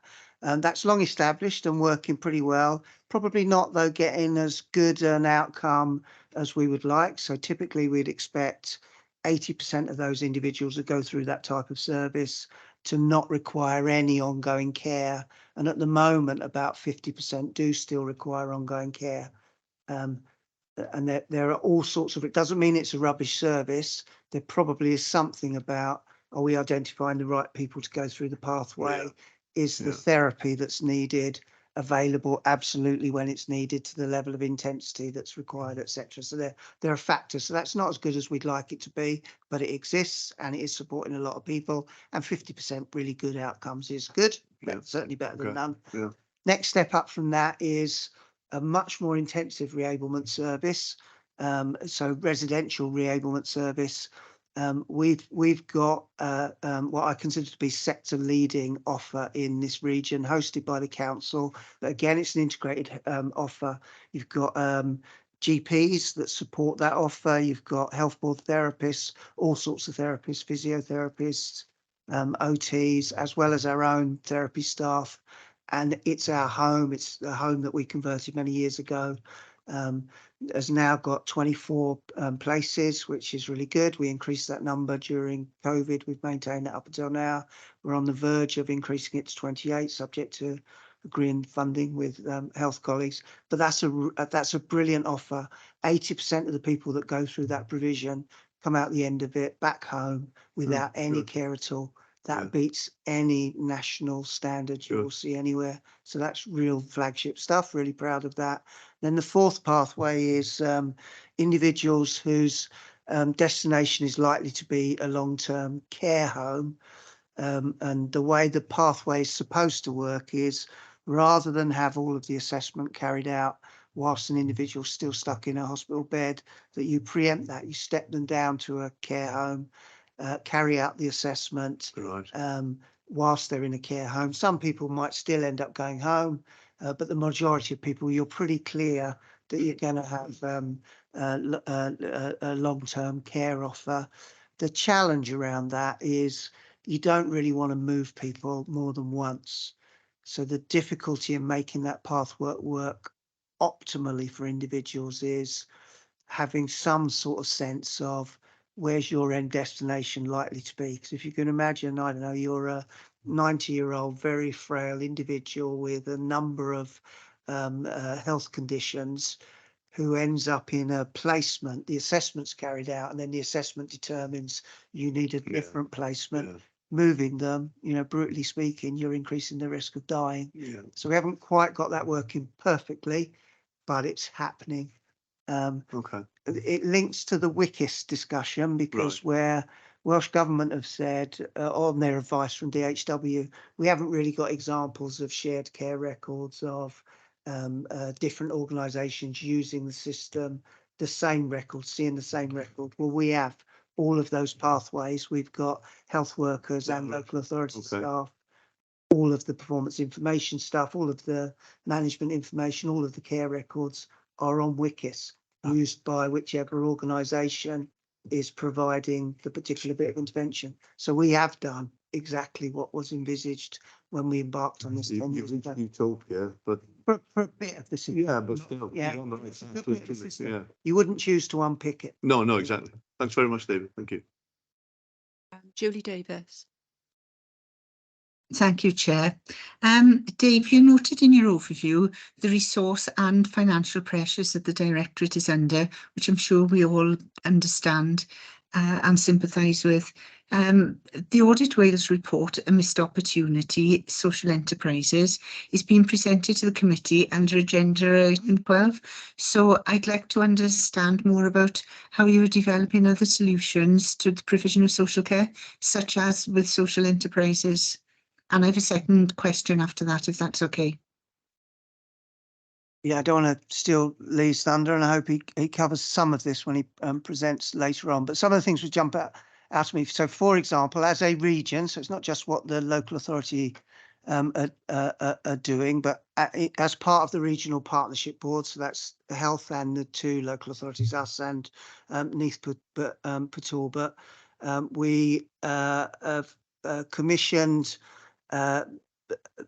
specific support from the local Council for Voluntary Services to have a posts and resource to support the development of social enterprises. And we haven't been restrictive about that, saying, well, it has to be social enterprises that directly impact on the health and care system. We've just accepted, no, actually the expansion of social enterprises generally about, providing opportunities to promote the well-being of our population will have a beneficial impact overall. So that's part of it. And we certainly received reports where the numbers of social enterprises operating locally and within our region is increased significantly over the last couple of years.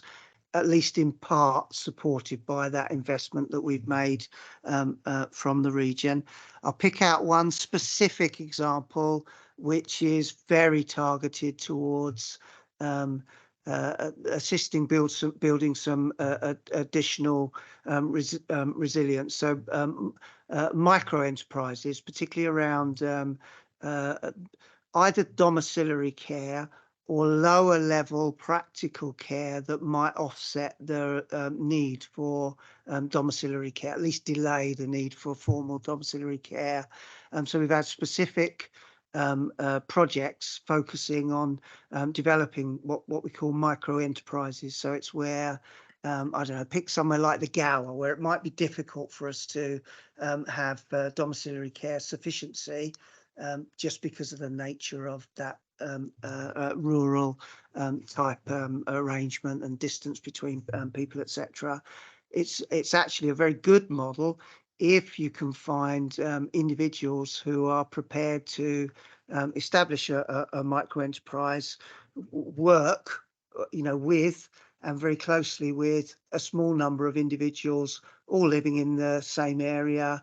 And we can then bring to bear things like direct payments, where the recipients of that care, they'll all be accessing their own individual direct payment, but what they'll do is pool the direct payment to pay effectively what is a very small business to support them in it. So those types of different model we are definitely trying to promote and expand.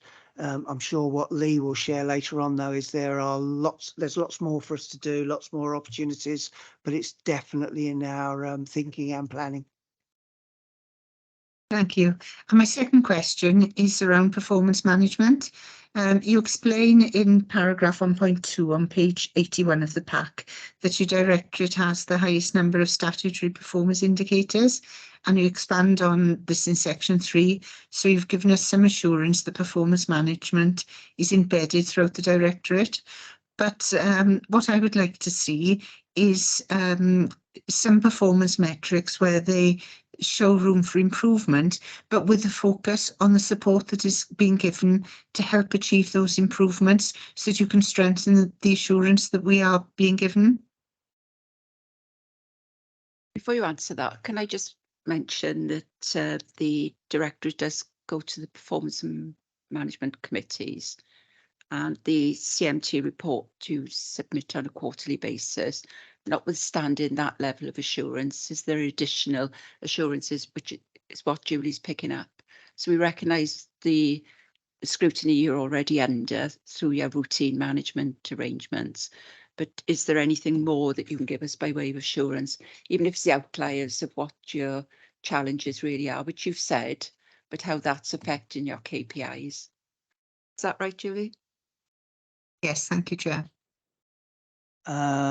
Yeah, but I wasn't absolutely sure what it is that we could do extra. I mean, we have 2 dedicated scrutiny performance panels, which absolutely robustly not only explore the realities of what our performance is currently, but considers what it is that we are doing in order to try and make improvements in those areas, and then holds us to account very constructively over whether those improvements to performance are being realised or not. So I feel like we're doing quite a lot to do that. I suppose we have the overall transformation and improvement programme for the directors as well, which feeds into the corporate transformation programme, which we also then report to and are held to account for. So I'm reasonably confident that we're doing everything we can, but if you came back with something more specific around what extra you'd like us to be doing, I'm happy to consider that, but I'm not quite sure what it would be. I think what it is obviously Paxton have just communicated, thank you, Gordon, that what he's seen through the committee and the scrutiny around children, and it may be just making that statement within this report that you presented your KPIs to the two main committees that you're presenting to, in addition to the CMT, which you refer to in this report, and that the hotspot areas that you're managing are A and B. I'm minded that some of these areas are sensitive when it comes to children and safeguarding, so I don't wish to, you know, to make life difficult or to make it difficult for you to bring something else. But I can understand what Julie's asking for. It's just that additional level of assurance, and that could be in the form of a narrative of what's happening in those other areas.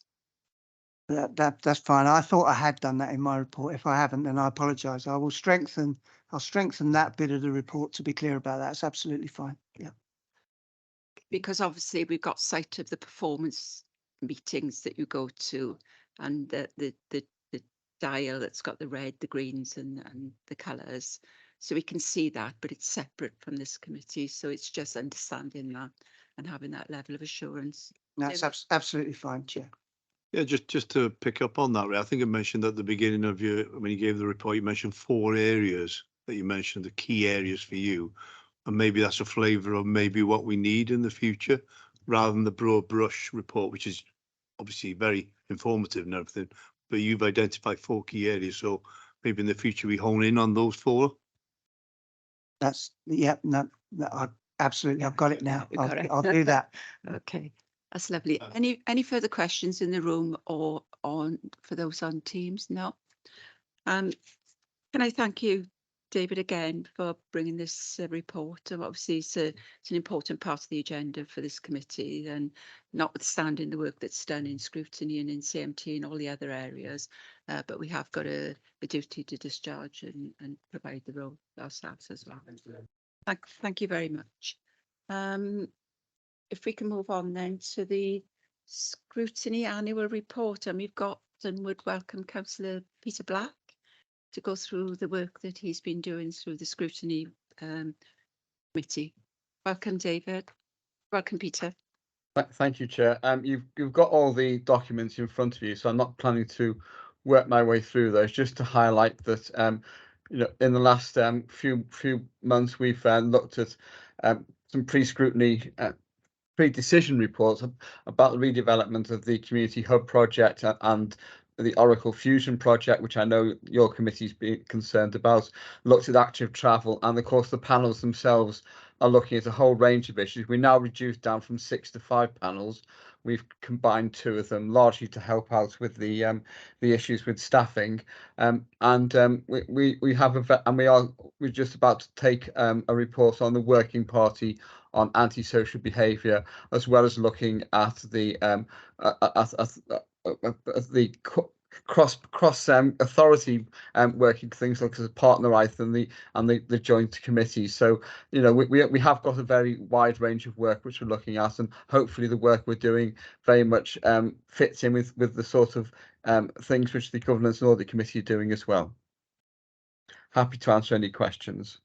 Thank you, Peter. Obviously, it's a very comprehensive report. You can see the work that you've covered, and certainly the valuable work right across all the committees, working groups that support this report as well. So can I open up to questions? Councillor Leslie Wharton. Yeah, thanks, Chair. Thanks, Peter. Just a couple of questions. Page 112, 2.3. You've mentioned that that action has been taken as part of the process to involve more, and you specifically said the convenience of the Service Improvement and Regeneration Panel. I'm wondering if you're going to do that, involve the other conveners.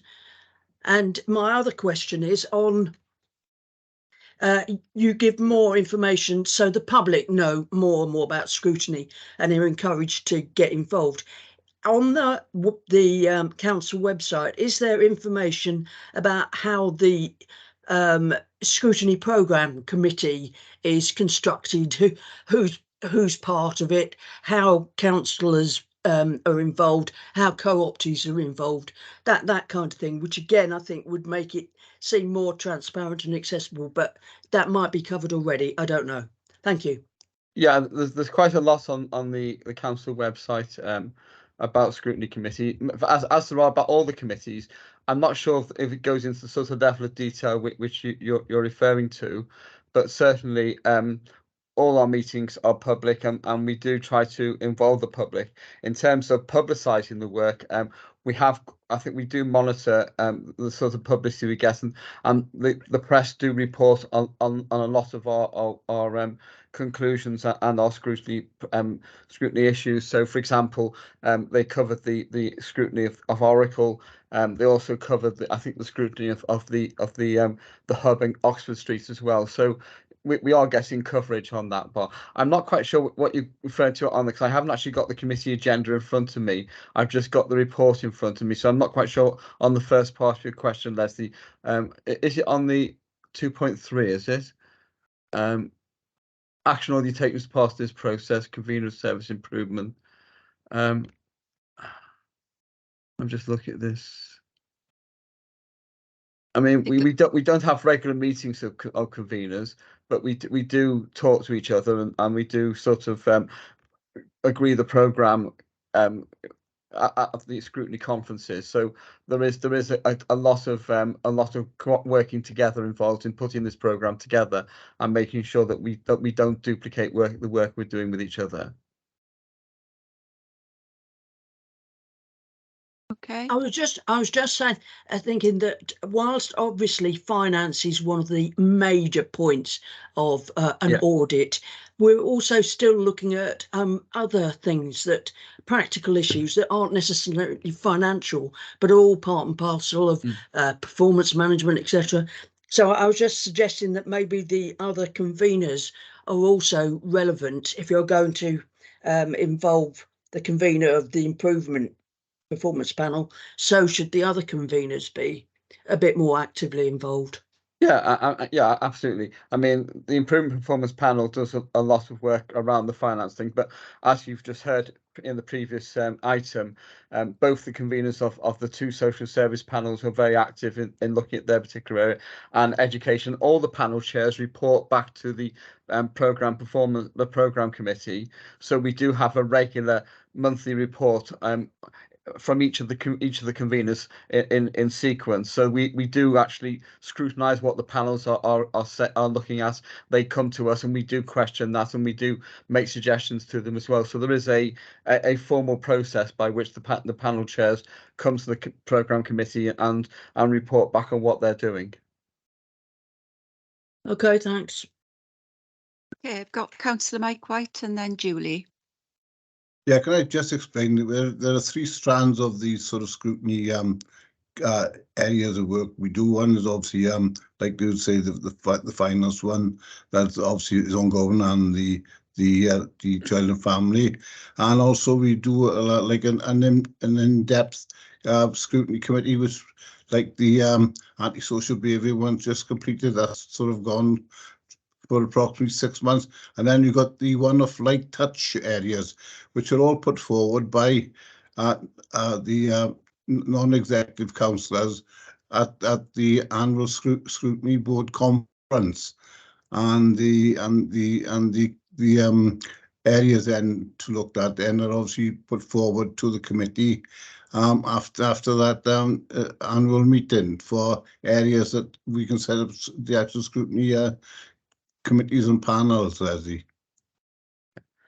Can I just add to the report as well? I forgot to mention this before. We've also got a training programme in place at the moment for scrutiny for all councillors, and the next one is next week, and we're looking at training on active questioning. So it may well be that members of this committee may be interested, who are not councillors, may be interested in taking part in that training session. If you are, then please let us know, because I'm sure we're happy to accommodate you as well.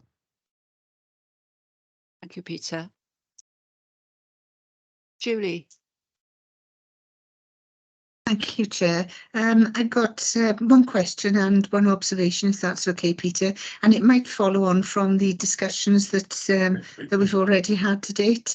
You mentioned in paragraph 3.1 the importance of scrutiny, striking a balance between community concerns and strategic issues. So I was wondering if you could just outline what processes you go through to ensure that there is a balance between those two different elements.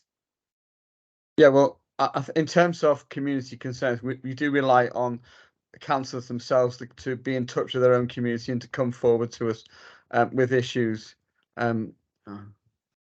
To come forward us with issues which might be raised with them. So, for example, active travel is one good example of that, where there has been concerns expressed in the community about the way that's being implemented. We scrutinised that a few years ago. We made recommendations about consultation, which were taken on board, and we've gone back to active travel and looked at that again. Again, the 20-mile-per-hour default speed limit, we did a scrutiny of how that was being implemented.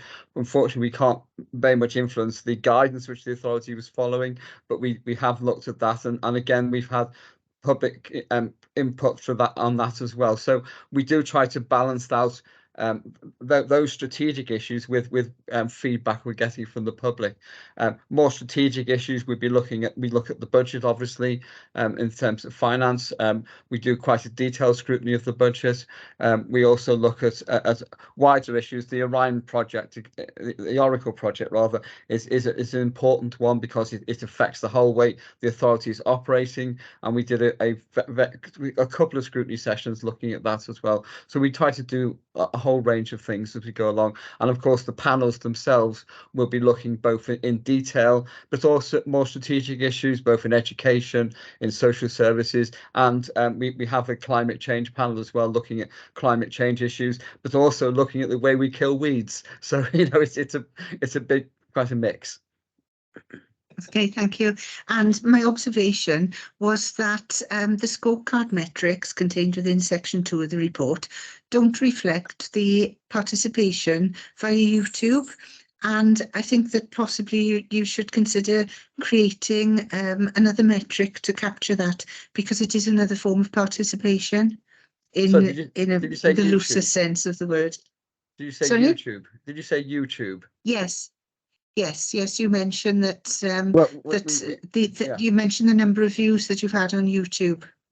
Yeah, that is in the participation as such. We put the committee meeting, all these committee meetings go onto YouTube via the council's website. So that reflects the number of views we get of that. It's not a participatory process.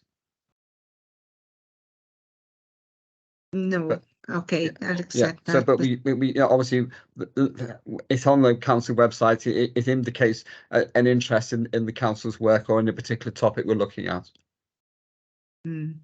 Okay, thank you. Okay, then. Thank you, Councillor Black. Well done to the. Oh, sorry, Jeff. You've got a question? Yeah, sorry, I'll try to be as quick as possible. I can see the time actually going on. Yeah, Peter, you mentioned about the, shall we say, restriction of staff resource. What sort of impact does that have on your workload? And, Leslie actually mentioned about, speaking to, the other conveners. I'm sorry, I can't remember the other group that's actually in the county. It used to be PDC. Do you actually speak to them with regards to, an overlap of work or duplication or whatever? Not as such. I mean, the whatever they're called now, they've had their terms of references quite strictly redefined to sort of make sure there's not duplication there. But as chair of the programme committee, I do get to see all their agendas. So if I feel there is a clash there, I can raise it with them, and I'm sure they monitor the agendas as well. So we do try. There isn't a formal process, but we do keep an eye on the agendas which they have to make sure that we haven't got that overlap there. About the staff restriction or the Well, shortage of staff? the proposed cuts in the central staff haven't yet come in because they were deferred for a year. But there is a review going on of the whole the way that the central staff is being deployed, both which includes scrutiny and committee staff and a whole range of other staff, and that review is still ongoing. I've been consulted on that, and other members have been consulted on that. So we're just waiting to hear what the next stage of that process is. So we're hoping that when that comes in in April next year, that we'll be in a position where it won't too greatly impact on our work. And I've made a very strong case that scrutiny is a very important aspect of the council's work, and it should be protected at all costs. But of course, we have pared back a bit of the work we're doing by effectively getting rid of one of the panels to try to accommodate the workload on staff. But we did that by amalgamating 2 panels, and I don't think we lost out too much on that, because the panel which we amalgamated, a lot of that work has already been done, and they were just basically monitoring what was happening in terms of the city deal and other projects. So that is now being picked up by this amalgamated panel. Thanks. Thank you, Peter. Peter, Gordon is left now, but he had a question around Appendix A with your scrutiny stories. And there's one on partnership working that makes reference to the committee following up upon the development of the wellbeing plan at the next PSB scrutiny session around August. Has that follow-up been undertaken, was his question. It's on page 147. Again, I've only got the report. I haven't got the agenda in front of me. Oh. Yeah. So August next year would be. Are we talking? Yeah, August? it was August 2023. Right. We didn't actually have a meeting in August 23 because the council closed down for that month. No, it talks which about wasn't my decision. Wasn't my decision. It says the committee will follow up on the development of the wellbeing plan at the next PSB session around August. Oh right, yeah, we actually did that in the last meeting in October. Lovely, thank you. So we had that meeting with that then, and they've actually now got an action plan. You'll be pleased to hear. That's great. Thank you. That answers Gordon's question in his absence. Yeah. Thank you, Peter. Okay, then if we can move on. Thank you again for for attending today. We can move on to agenda item 8. I'm minded of the time, and we, if we can keep the questions quite succinct, please. And this is the Public Service Ombudsman of Wales letter. And Sarah, you're going to present that.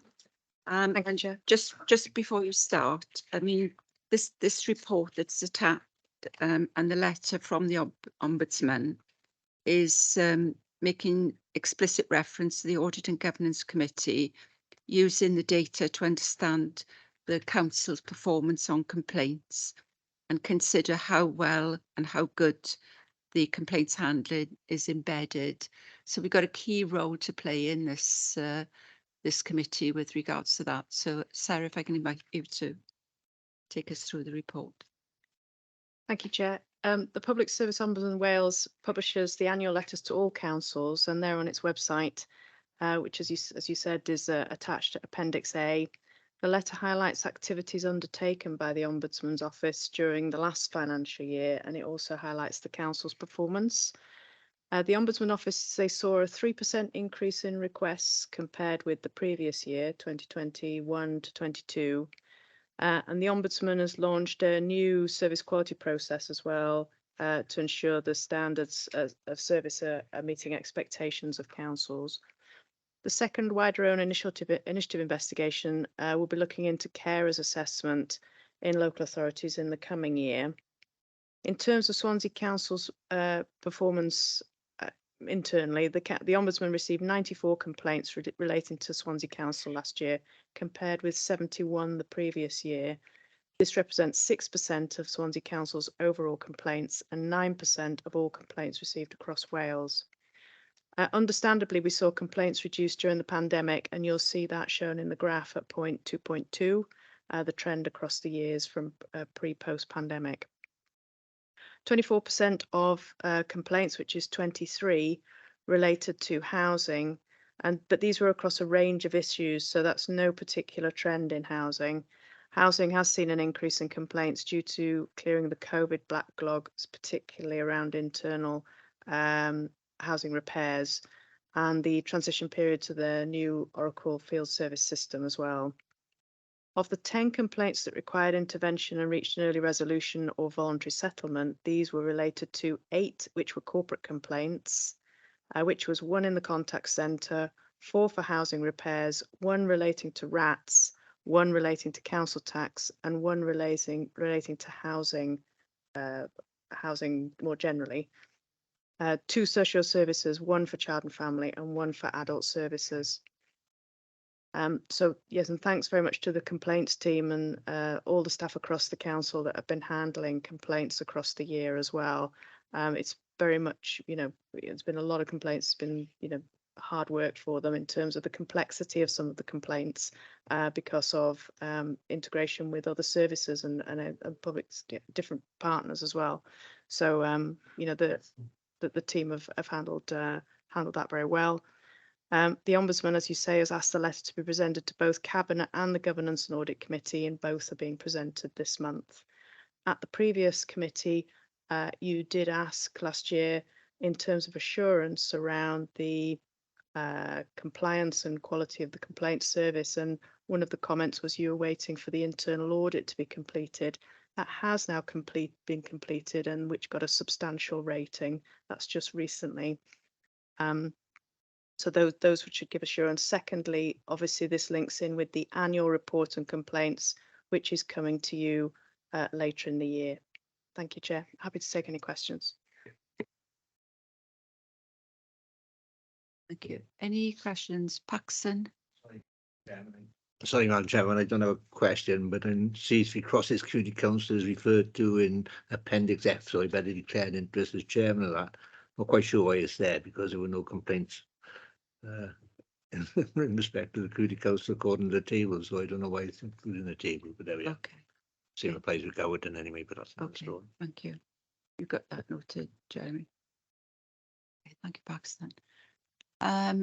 Any questions from those coming through on Teams? Julie?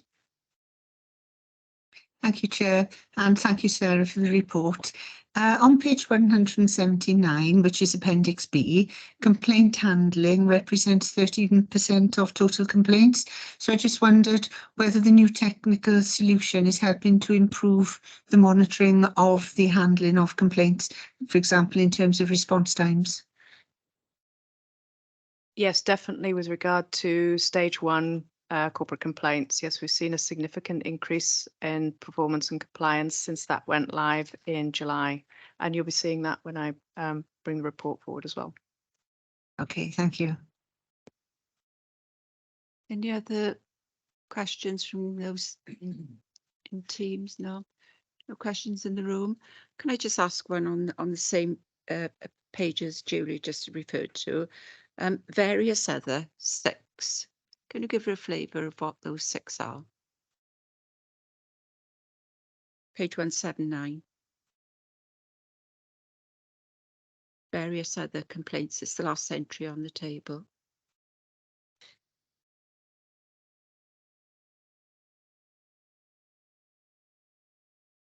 Come back to you on that, Chair. Yeah. Just when auditors see 6 others or suspense accounts, etc., it's automatically, yeah, that's fine. And with regards to the early resolution voluntary settlement, I think there were 10 there. Can you give us assurance that any learning of lessons that were visible have been taken forward?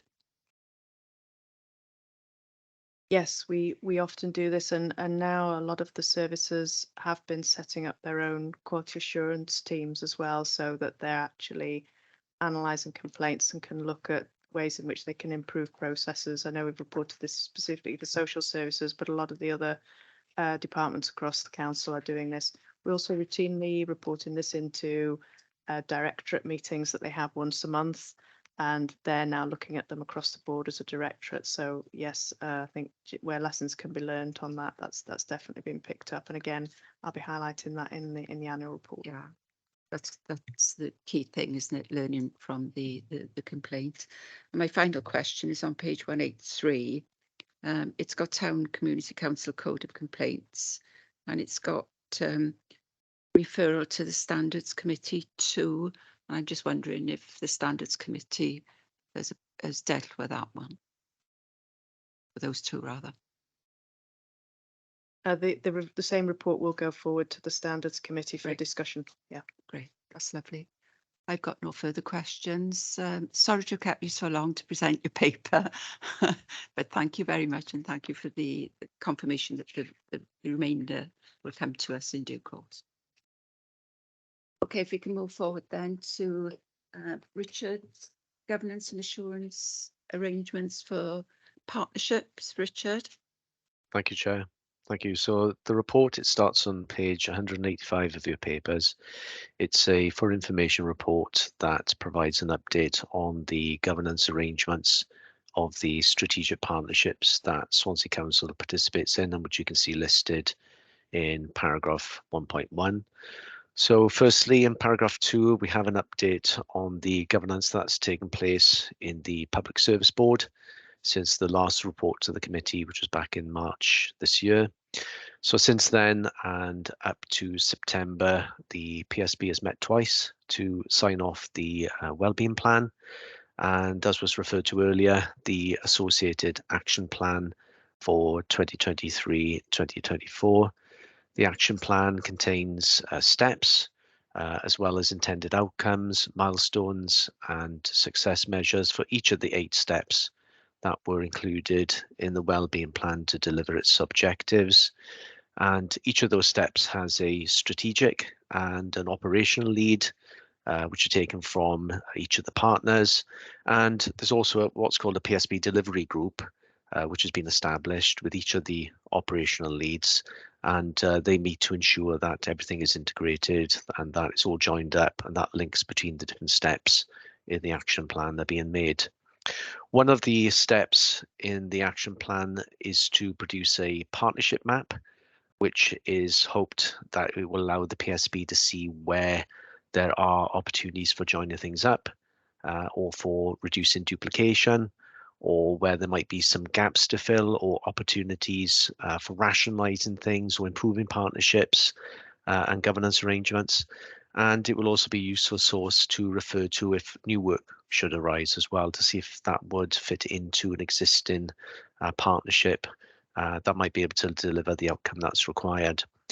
And then in addition to that, there is a step within the action plan as well for the PSB to develop its own performance management framework, which the Council's Scrutiny Programme Committee is keeping under review.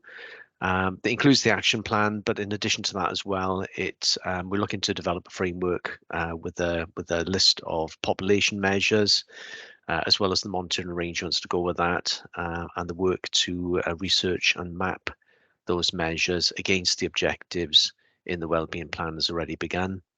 And other than that, there's also been some work done by the PSB on the frequency of the meetings and also revising the terms of reference. Next, starting in paragraph 3 on page 186, we have an update on the West Glamorgan Regional Partnership Board. The board has met on 3 occasions between March and September, which has seen the approval of the West Glamorgan Area Plan and the Action Plan for 2023-2027, the annual report and the end-of-year finance and performance report. The partnership also launched the People's Forum on the 18th of April, which was an event that showcased how the Regional Investment Fund supports health and social care services across the region. And the partnership has also established 2 liaison forums, which include people with lived experience of social care and unpaid carers to participate and help in the co-production of plans and strategies. And the partnership's also worked with others to ensure that the plans are joined up, and also with other regions and with Welsh Government to develop a set of national performance measures around health and social care. In paragraph 4 on page 887, we've got an outline there in terms of the focus of the Partneriaeth Joint Committee, which has been on the partnership's strategic business plans, budget and medium-term financial plan, as well as the monitoring performance and managing risk.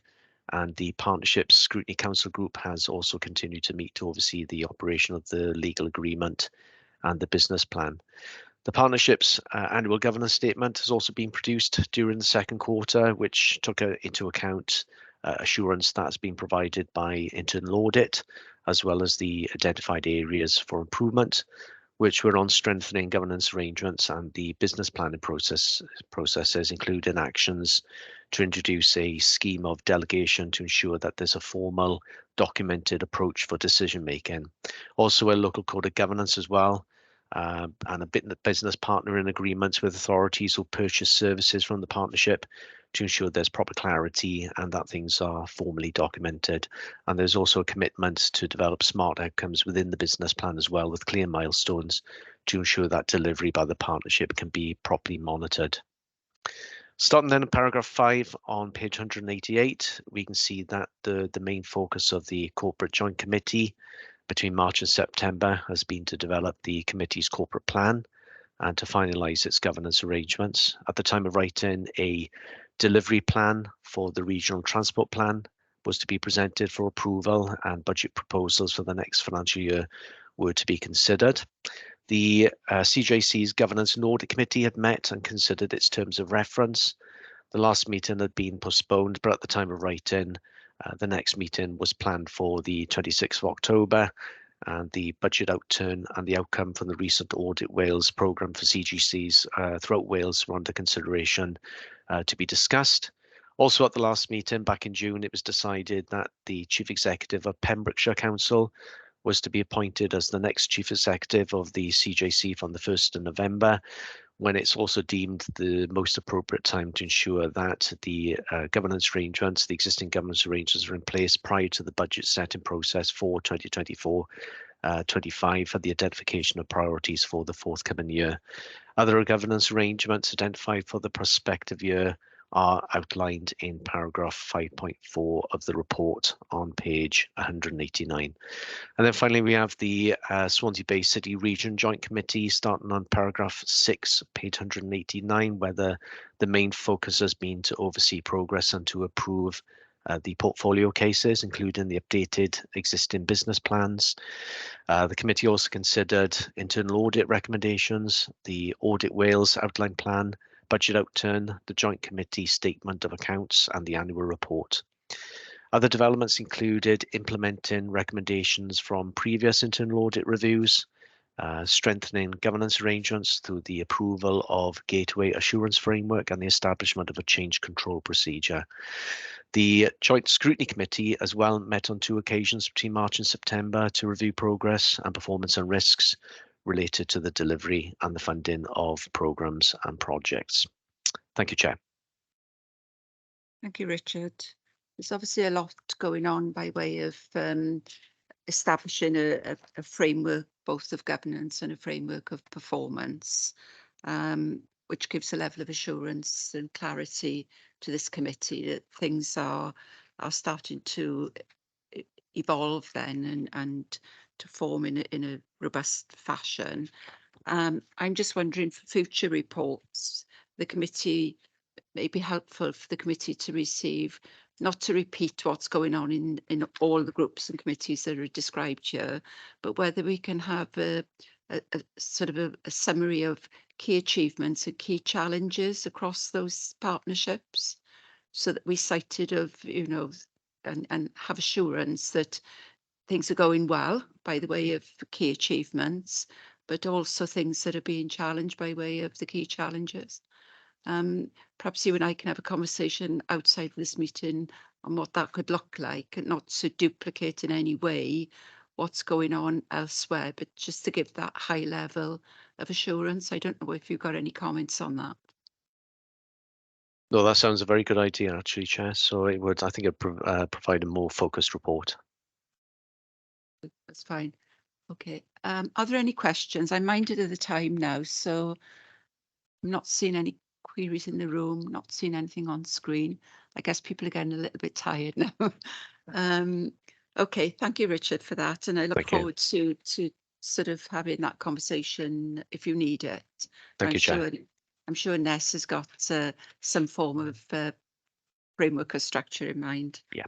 That's lovely. So we're up to now, we've dealt with agenda item 10 and the 11, and we've got 2 Audit Wales reports, which are quite hefty reports, which I think, Lee, you've been patiently waiting on. And then we've got Derwyn Owen from Audit Wales to present the audit plan and the work programme.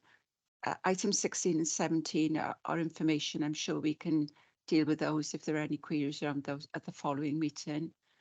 We don't normally have any major issues with the 16 and 17.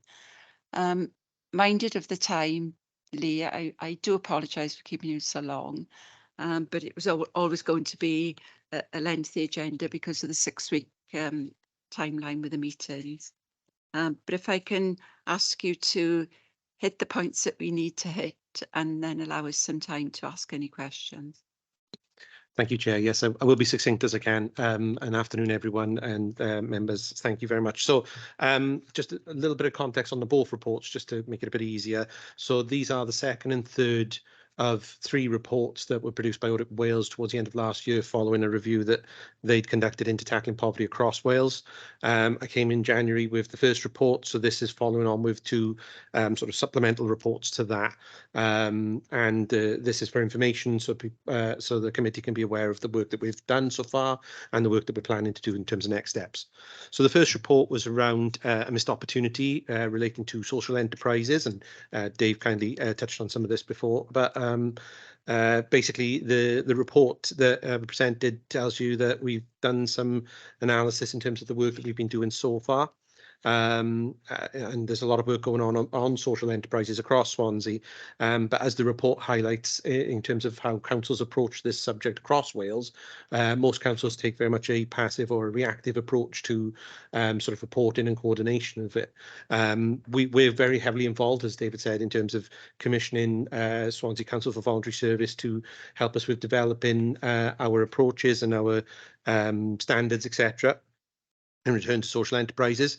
We're part of a regional group under the RPB for micro and social enterprise group. We've got a detailed delivery plan that fits underneath all of that. So there's plenty of information and plenty of stuff going on around social enterprises. But the purpose of the report, really, the recommendations are focused on asking local authorities to undertake a self-evaluation exercise, look at its current position and identify an action plan for where it can go from there. So the report that we presented kind of gives you the outcomes of that evaluation that we've done so far. We've taken that through our internal governance groups in the tackling poverty and the enabling community side of things. So the list of actions at 4.2 in the report is 11 actions in there. Just give you that idea of those activities. I won't go through them in detail for time. But very much the intention now is that they become the basis of our action planning. We will continue our regional work, but also look at the improvements we can make within the council to put that emphasis in terms of into social enterprises. And as David alluded to, there's great value for how we can use them as a mechanism and as a way of providing additional support to our population and to focus on communities and areas that are particularly dealing with deprivation and things like that. So I'm happy to kind of stop there and just take any questions that may be around the first report. Thank you. Thank you, Lee. Any questions from the room first? No. Any on Teams? Councillor Leslie Walton. Yeah, thanks for the report, Lee. Just a couple of things. Well, page 219, where it's got the actions, I think it might be useful to actually make sure everybody knows what a social enterprise is. So I think perhaps when you talk about the actions, you need to describe it. But I'm very, very pleased to see the word co-produce, because I think that is definitely the way we have got to go. We've got to co-produce what we're doing, both in planning, both in actual policies, both in doing something. So I'm pleased with that. I'm slightly disappointed with the actual heading that Audit Wales has given, a missed opportunity. I think from what you've said, and I'm sure this is true because I know how much Swansea Voluntary Services are involved, I think that we've probably done lots of work in the past. So I would like to think it's more a case of let's make even more of this opportunity. Anyway, thanks, Lee. happy to come back quickly on that, Chair. Yeah, I agree with you, Councillor. I think there is a lot of great evidence of the work we're doing in Swansea. I think if you look at it on a national level, some of the evidence in there does suggest that it's an inconsistent picture across Wales. But certainly from our perspective, you know, we've got good relationships with our third sector colleagues. We've got, you know, a lot of great examples of projects and initiatives and businesses that have been set up with that intention of social or environmental purposes. So, yeah, absolutely. And in fact, my description of social enterprise is one of the things I cut for the sake of time. But yeah, I absolutely agree. Thank you, Councillor. That's great feedback. Thank you. I got David and Julie. Who's Julie? Okay, thank you. Thank you, Lee, for the report. The Audit Wales recommendation R1 recommends that improvements are identified and an action plan with timescales and responsibilities is clearly set out to address the gaps and weaknesses identified from the evaluation tool. Now, I recognise that you've looked that you have done a self-evaluation, but from the table at Annex A in Appendix A, which is page 229 onwards, although the gaps have been identified, the required actions aren't always clearly defined and action owners haven't been assigned nor target dates specified. So can you give the committee some indication on when the action plan will be firmed up, including an identification of critical paths, so perhaps formulating it into a formal project plan? And can this be brought back to a future Governance and Audit Committee, please? Thank you, Councillor. Yeah, I'm very happy to reply on that. In terms of, at this point, that evaluation that we've done with our colleagues across departments has been to identify sort of the gaps and the areas of development. So the sort of 11 actions that we've identified are very much the starting point. We know there's more work for us to do to develop a robust action plan that will provide timescales and outcomes that we can deliver. So that is the work that's ongoing. The timescales to turn around that is dependent at the minute on some resource allocation questions that we've got. But fundamentally, you know, we know that this is part of our commitment to come back. So we're very much happy to come back and report once we've got that action plan and we've got the governance in place to make sure we're monitoring and reporting on our progress.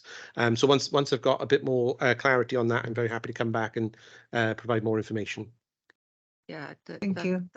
That's good, that is, Lee. I mean, because obviously on the actions on 219, you're talking about co-production, you're talking about implementation of framework, performance and financial monitoring. There's a lot of work to be done there, which I think this audit committee need to appreciate. It's not going to be a quick journey, so it's key for us to understand the timelines by which you're hoping to get to the very end. And that may be a long-term projection rather than a short-term projection. So if you can give us that update. I mean, I look to Nest to see when that would be doable, whether that update would be doable and when. So if you can come back to us on that. I don't want to put pressure on you now, because obviously it is a lot of work, and, you know, Councillor Walton and Julie's identified that. David? Yeah, thanks, Chair. Thanks for the report. I think it does give you a sort of blueprint for the future, I think, you know, considering the other items on the agenda today around workforce and shared services and what have you. I just wondered, in your opinion, I mean, I know we've got the action plan, what are the sort of 1 or 2, 3 key blocks that we need to get over, really, to sort of, you know, get this motor, you know, really sort of hastened, if you like? Thanks.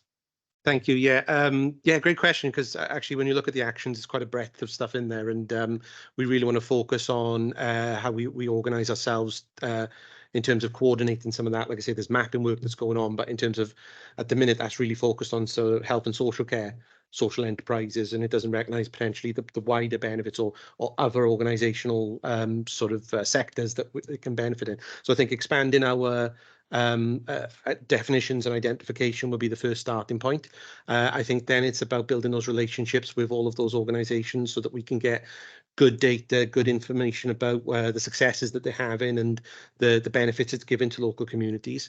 And then I think the third thing then is how we present that and how we celebrate the successes and share it. So I think, like you say, this is a long-term sort of commitment, and to get to where we want to be in our vision for that, I think it's about, as the chair said, things like co-production and things like that, all very important to get the right people involved from the beginning and to get everybody working in the same direction. So I think we've got a number of good ideas about where we're going, but I want everybody on the board as we take sail.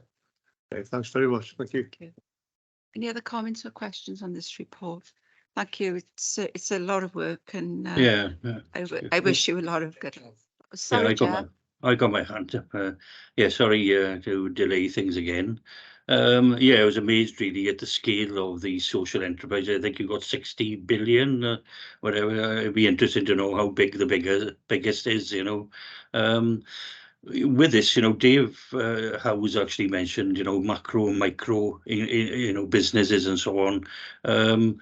My thoughts around this, you're actually creating a new industry here. I think the chair actually mentioned, frameworks and so on.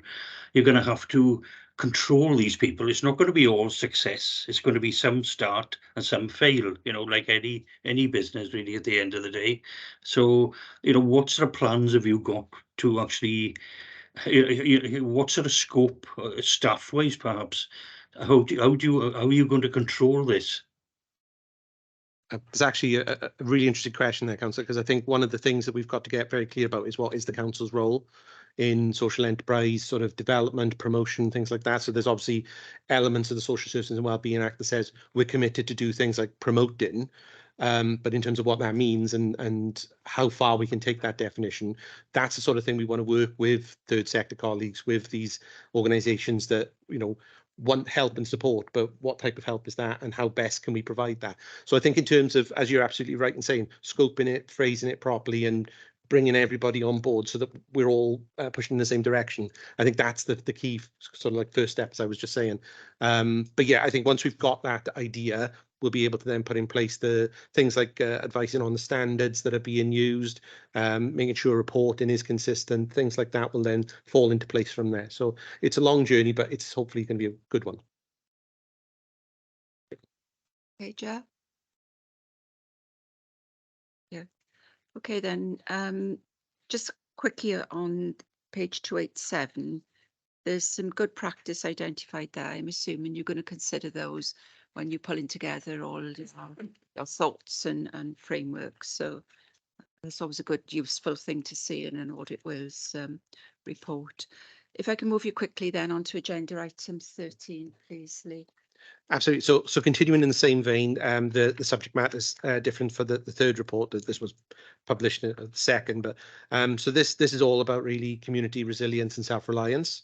The shift of the local authority being from providers to services in communities to more enabling and influencing communities to be more resilient, to be more in control of their own destiny, if you will. So this closely aligns with work that we're already doing around the refresh of the Tackling Poverty strategy. So there's a lot of sort of engagement and work with communities that we are taking forward and shaping as we move forward. I think similarly to the other report, where the actual Audit Wales recommendations are to do that sort of evaluation work to understand where you are now and where you want to be. I think we're probably in a bit of a better place in terms of our existing networks and relationships and our ability to connect into communities.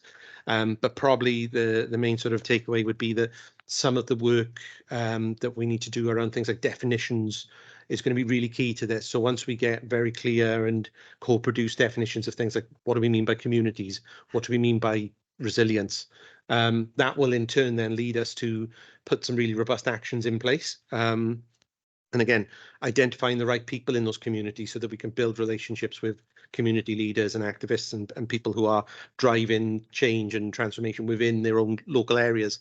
So again, the report that I'm presenting just very quickly highlights the sort of the key actions. It's actually within the main report that I presented. There's 8 sort of main actions that we've identified so far, but we're already sort of working on pulling together an action plan to do that. Like I say, we've already got some engagement work that we've started, but fundamentally this is again about where are we now? What is our vision in terms of where we want to be with, you know, in relationship with our communities, and what are the changes that we can introduce to make that a much more beneficial relationship and partnership with local communities. So again, I won't labour the point too much, but it's just to say that again, this is another report that we've done that analysis, we've taken that through our oversight groups, we've looked at various different perspectives to put these actions together, but fundamentally the next steps are going to be key now in terms of, like I say, bringing communities on board and helping us to shape it going forward. So happy to take anything on that, Chair. Okay, thank you. Again, my comments stand for this report as they did for the last one. There's a lot of work to do. Can I just ask, there's mentioned of 2 oversight groups on page 302, Swansea Council Poverty Forum and Enabling Communities Group. Where do they sit within the reporting structure of the council? It's part of the transformation governance, so that we are we've aligned those 2 groups under the new corporate priority of tackling poverty and enabling communities, so that they've got leadership and oversight of the various work that goes on across the departments in those areas. So on the tackling poverty side with the Poverty Forum, and then obviously with the Enabling Communities Group looking at the sort of community cohesion, safety and things like that. So they all kind of align within the governance of our transformation programmes. Okay. Any comments from those on Teams? Councillor Leslie Walton? Yeah, thanks, Chair. Thanks again, Lee, for the report. Just one observation that I think there is a bit of a risk of assuming we know what the word reliance means and deciding people are sufficiently reliant. So I can only again say how important I think the word co-production has a bearing on how this is taken forward. It's got to be taken with people, not us deciding what to do to people. Thanks. Thank you, Councillor Yeah, Walton. just total agreement. Any other? I'm not seeing any more hands up. Jeff? You okay? You're on mute, Jeff. Oh, yeah. You're still on Sorry, mute. I didn't know I had my hand up actually, but it's down Okay. anyway. It's down. Okay. Thank you, Jeff. Just a quick, on page 349, it talks about revitalising the role of local authority members as community champions, and it talks about elected members as community leaders playing a critical role. I'm just wondering whether that that page needs to have some discussion as regards to would the elected members require any additional training or additional support? Because that was quite stark the way it's written for me. So there may need to be a discussion with elected members. I'd say, Chair, we certainly want to bring all of this through, you know, to elected members and to get people's views in terms of their role in community development, obviously, because they are so critical in that. So, yeah, I think we will take that on board, and we'll make sure that when we do the detailed action planning, that we're identifying things like that we can take on board. Yeah, yeah. It looks to be as if there's a lot more work going through the elected members' way. Okay, just a comment. If there are no further, Councillor Mike White. You're on mute, Mike. Sorry, can I say on that topic there, then just raise? I believe we obviously are the face of the community as elected representatives. We're involved with all stakeholder groups within our communities that we represent. So I don't know whether they want to learn us how to suck eggs, but I take umbrage to that. Read that page closely, Mike. Okay. If there are no further questions or comments, can I thank you? And again, I thank you for your patience. You've waited a long time to present those reports. And look forward to having the updates at a future meeting. the next item on the agenda is the Audit Wales report. And I think we've got Derwin Owen with us today. You have, Chair. Good afternoon, everybody. Can you hear me okay? Yeah, can I welcome you, Derwin? And again, similar comments to you. Thank you for your patience today. But I'm delighted to see your presence at this committee. It's always good to see one of the senior partners involved. No problem at all. Good to be here. Yeah, so it's my pleasure this afternoon, Chair, to present to the committee the audit plan from Audit Wales covering our responsibilities. I maybe should do a quick introduction. I'm the Engagement Director responsible for the audit from Audit Wales. I was responsible for the audit last year, but on an interim basis while I covered some sickness absence of a colleague. But I've continued through on that role this year, hence why I'm able to come to the committee, and it's great to meet you all this afternoon. So in terms of the audit plan, very briefly, it provides a reminder, I guess, to the committee of our responsibilities. They are to provide an opinion on the council's accounts. They are to make an assessment of whether the council has put in place proper arrangements to obtain value for money in the services it provides. And of course, a newer responsibility on yourselves around complying with the Sustainable Development Principle. As well as auditing the accounts, of course, we've got additional responsibilities at Swansea around receiving any questions or objections from members of the public, auditing the Swansea Pension Fund, the Port Health Authority, and of course, those handful of grant claims and returns you also receive money from, for example, housing benefit, NNDR, etc. In terms of the accounts, clearly it doesn't need me to tell you that you are a complicated authority, and the accounts reflect that.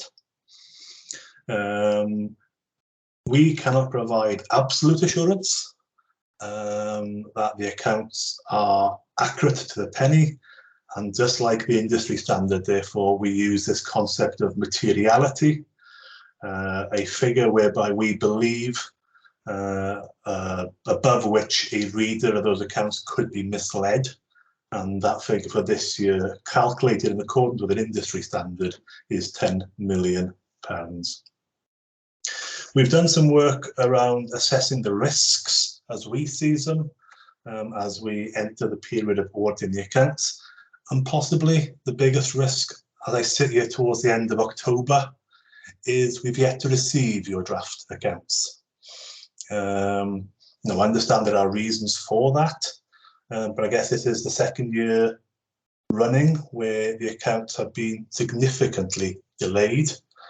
So that does give me a degree, a cause for concern, I think. But I'm hopeful that the council has got plans in place to bring itself back onto a more traditional timetable for preparing its accounts in future years. In terms of risks within those accounts, we've laid them out in the Exhibit 1 and Exhibit 2. I wasn't proposing to go through many great detail. As I say, large, complicated accounts. You have got a big property portfolio that all needs valuation and re-evaluations. You've got a big pension fund position that all requires actuarial valuations and estimation techniques. And of course, we've also put in place for the year a new fixed asset register. And whenever the auditor hears things about new, it gets nervous. So I guess we'll do additional work around that asset register to ensure that it is robust and it is giving figures which the public and members can rely upon. So I'm hopeful that we'll get those draft accounts in the next week or two, and we'll be able to begin work in earnest in auditing them with a view to having them signed off, I would hope, at some point during March next year. But as I say, that is later than I and the council, to be fair, would wish it to be. I'll touch upon our performance work responsibilities. Probably three pieces of work predominantly in the plan. The first is the annual piece of work we do around the assurance and risk assessment. You may have heard about the ARA in previous presentations. And this is about ensuring that, or providing an assessment as to whether the council has got proper arrangements in place in terms of securing value for money. Two thematic reviews. The first in relation to financial resilience. It doesn't need me to tell you that the financial positions of all councils across Wales are extremely challenging. Swansea is no exception. So we will do some work, or continue to do some work, I probably should say, around the robustness of your financial plans, your savings proposals, etc., as you look to provide a balanced budget for the 24-25 financial year. And also a thematic piece of work around commissioning and contract management to see what arrangements you have in place in relation to those areas. Final thing to say, Chair, is to mention the fee.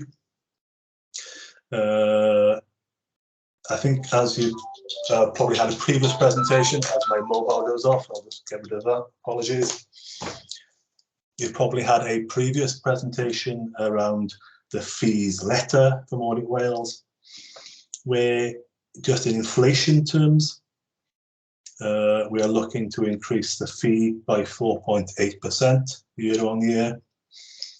The fee having not increased for a number of years. I would hope the committee members would understand that those inflationary pressures apply to Audit Wales as they do across the rest of society. But also a further increase in our audit of accounts fee. The way in which we audit the accounts, which Gillian and I will do that, is prescribed. We have to follow auditing standards. We have no choice but to follow them. They're not set by us, they're set by a standard setting body. Those standards have changed and require auditors in the public sector and private sector to do substantially more work.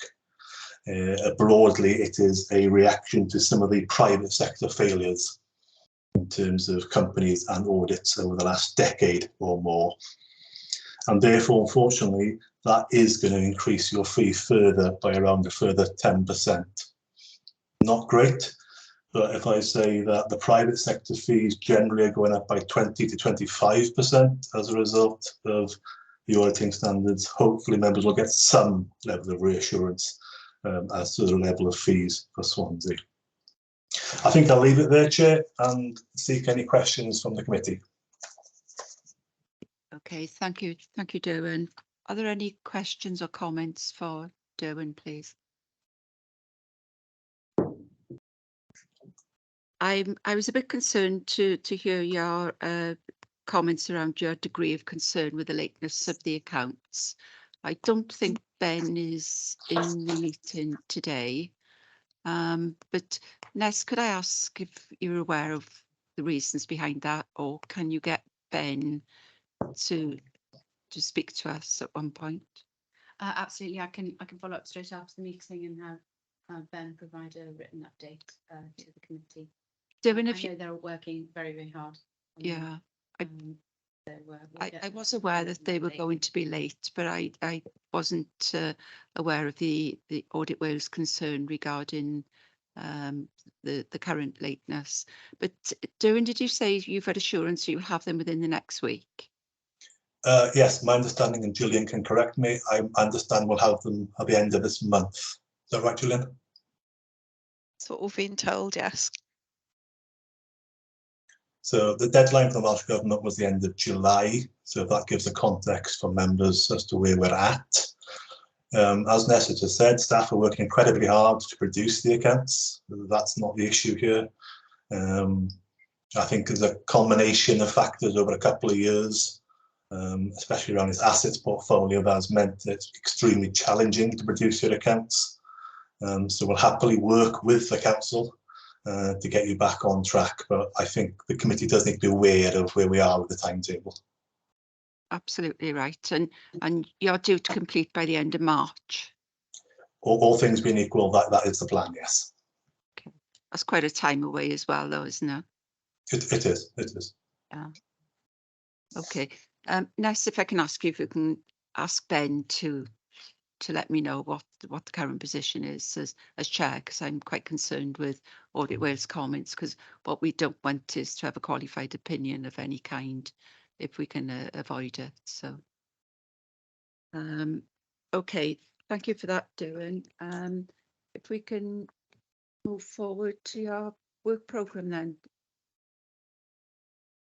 Thank you. I think Gillian will pick this one up. Thank you, Yeah, Gillian. thank you, Darren. Thank you, Chair.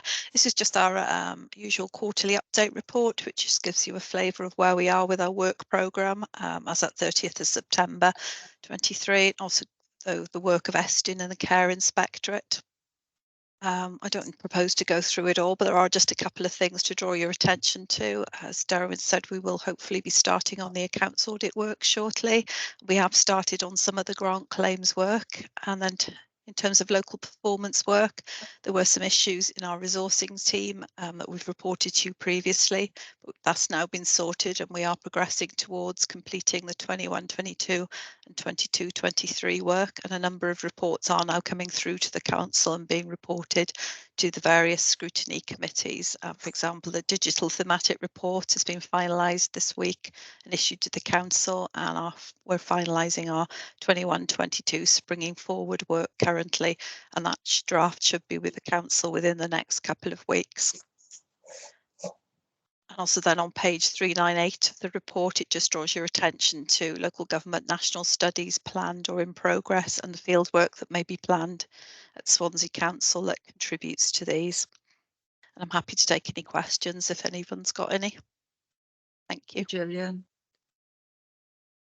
This is an important report because it does indicate to us what Iestyn are undertaking, what Care Inspectorate Wales are doing, and also some other national reports, which are a good source of information for members to pick up if there's any correlation between what concerns are being raised there and are there any equal concerns within the council.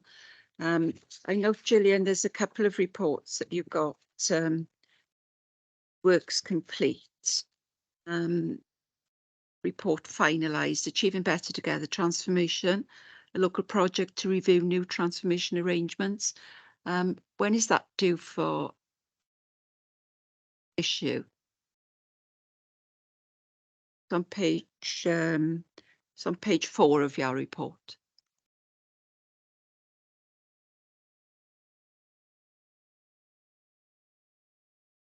I believe that one's been finalised. Yeah. So, Yeah. Yeah. Yes, we have received that report, so we are preparing it to come to committee on the 6th of December. Lovely, thank you. I don't think said there's a scoping and ongoing. Okay, are there any questions for Gillian on this report? David? Hi, Gillian.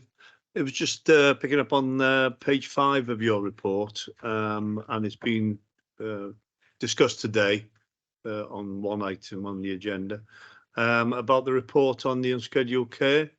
I noticed on the report is fieldworks nearing completion and reporting from last month onward. I just wondered when that would be available, please.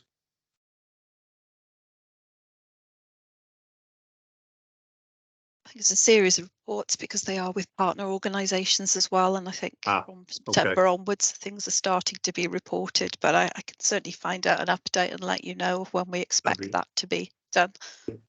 That'd be useful. Thanks very much. Thank you. Okay, thanks. Gillian. Julie? Thank you, Chair. Gillian, our Director of Social Services shared with us earlier the intention of Digital Health Wales to implement a WCCIS 2. Does Audit Wales have any involvement in either auditing that decision or looking at the reasons why WCCIS needs to be updated or replaced at such an early stage in its life? Shall I try and come in, Gillian? Yeah, I think so. Yeah, I think WCCIS, we have had a look at that in its early year or two and commented around its implementation. I'm not aware of any plans at the moment to do a further review, but of course the Auditor General keeps all topics across the public sector under review and will choose what he believes are appropriate topics at a point of time. So I can certainly take back some of those thoughts and put that into the thought processes around the future programme and see whether there's merit in us undertaking a further review of the implementation of an updated system. But in terms of decision as to whether or not to go ahead, no, that's not the responsibility of the Auditor General. We wouldn't have any input into the decision. No, I understand that. Okay, thank you. Thank you.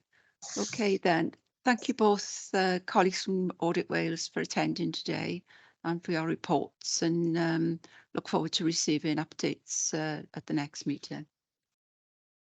The last two items in the agenda, I suggest that we just take for information if there is any particular issues on the tracker report or the work plan, we can pick up at the next meeting, which is in December.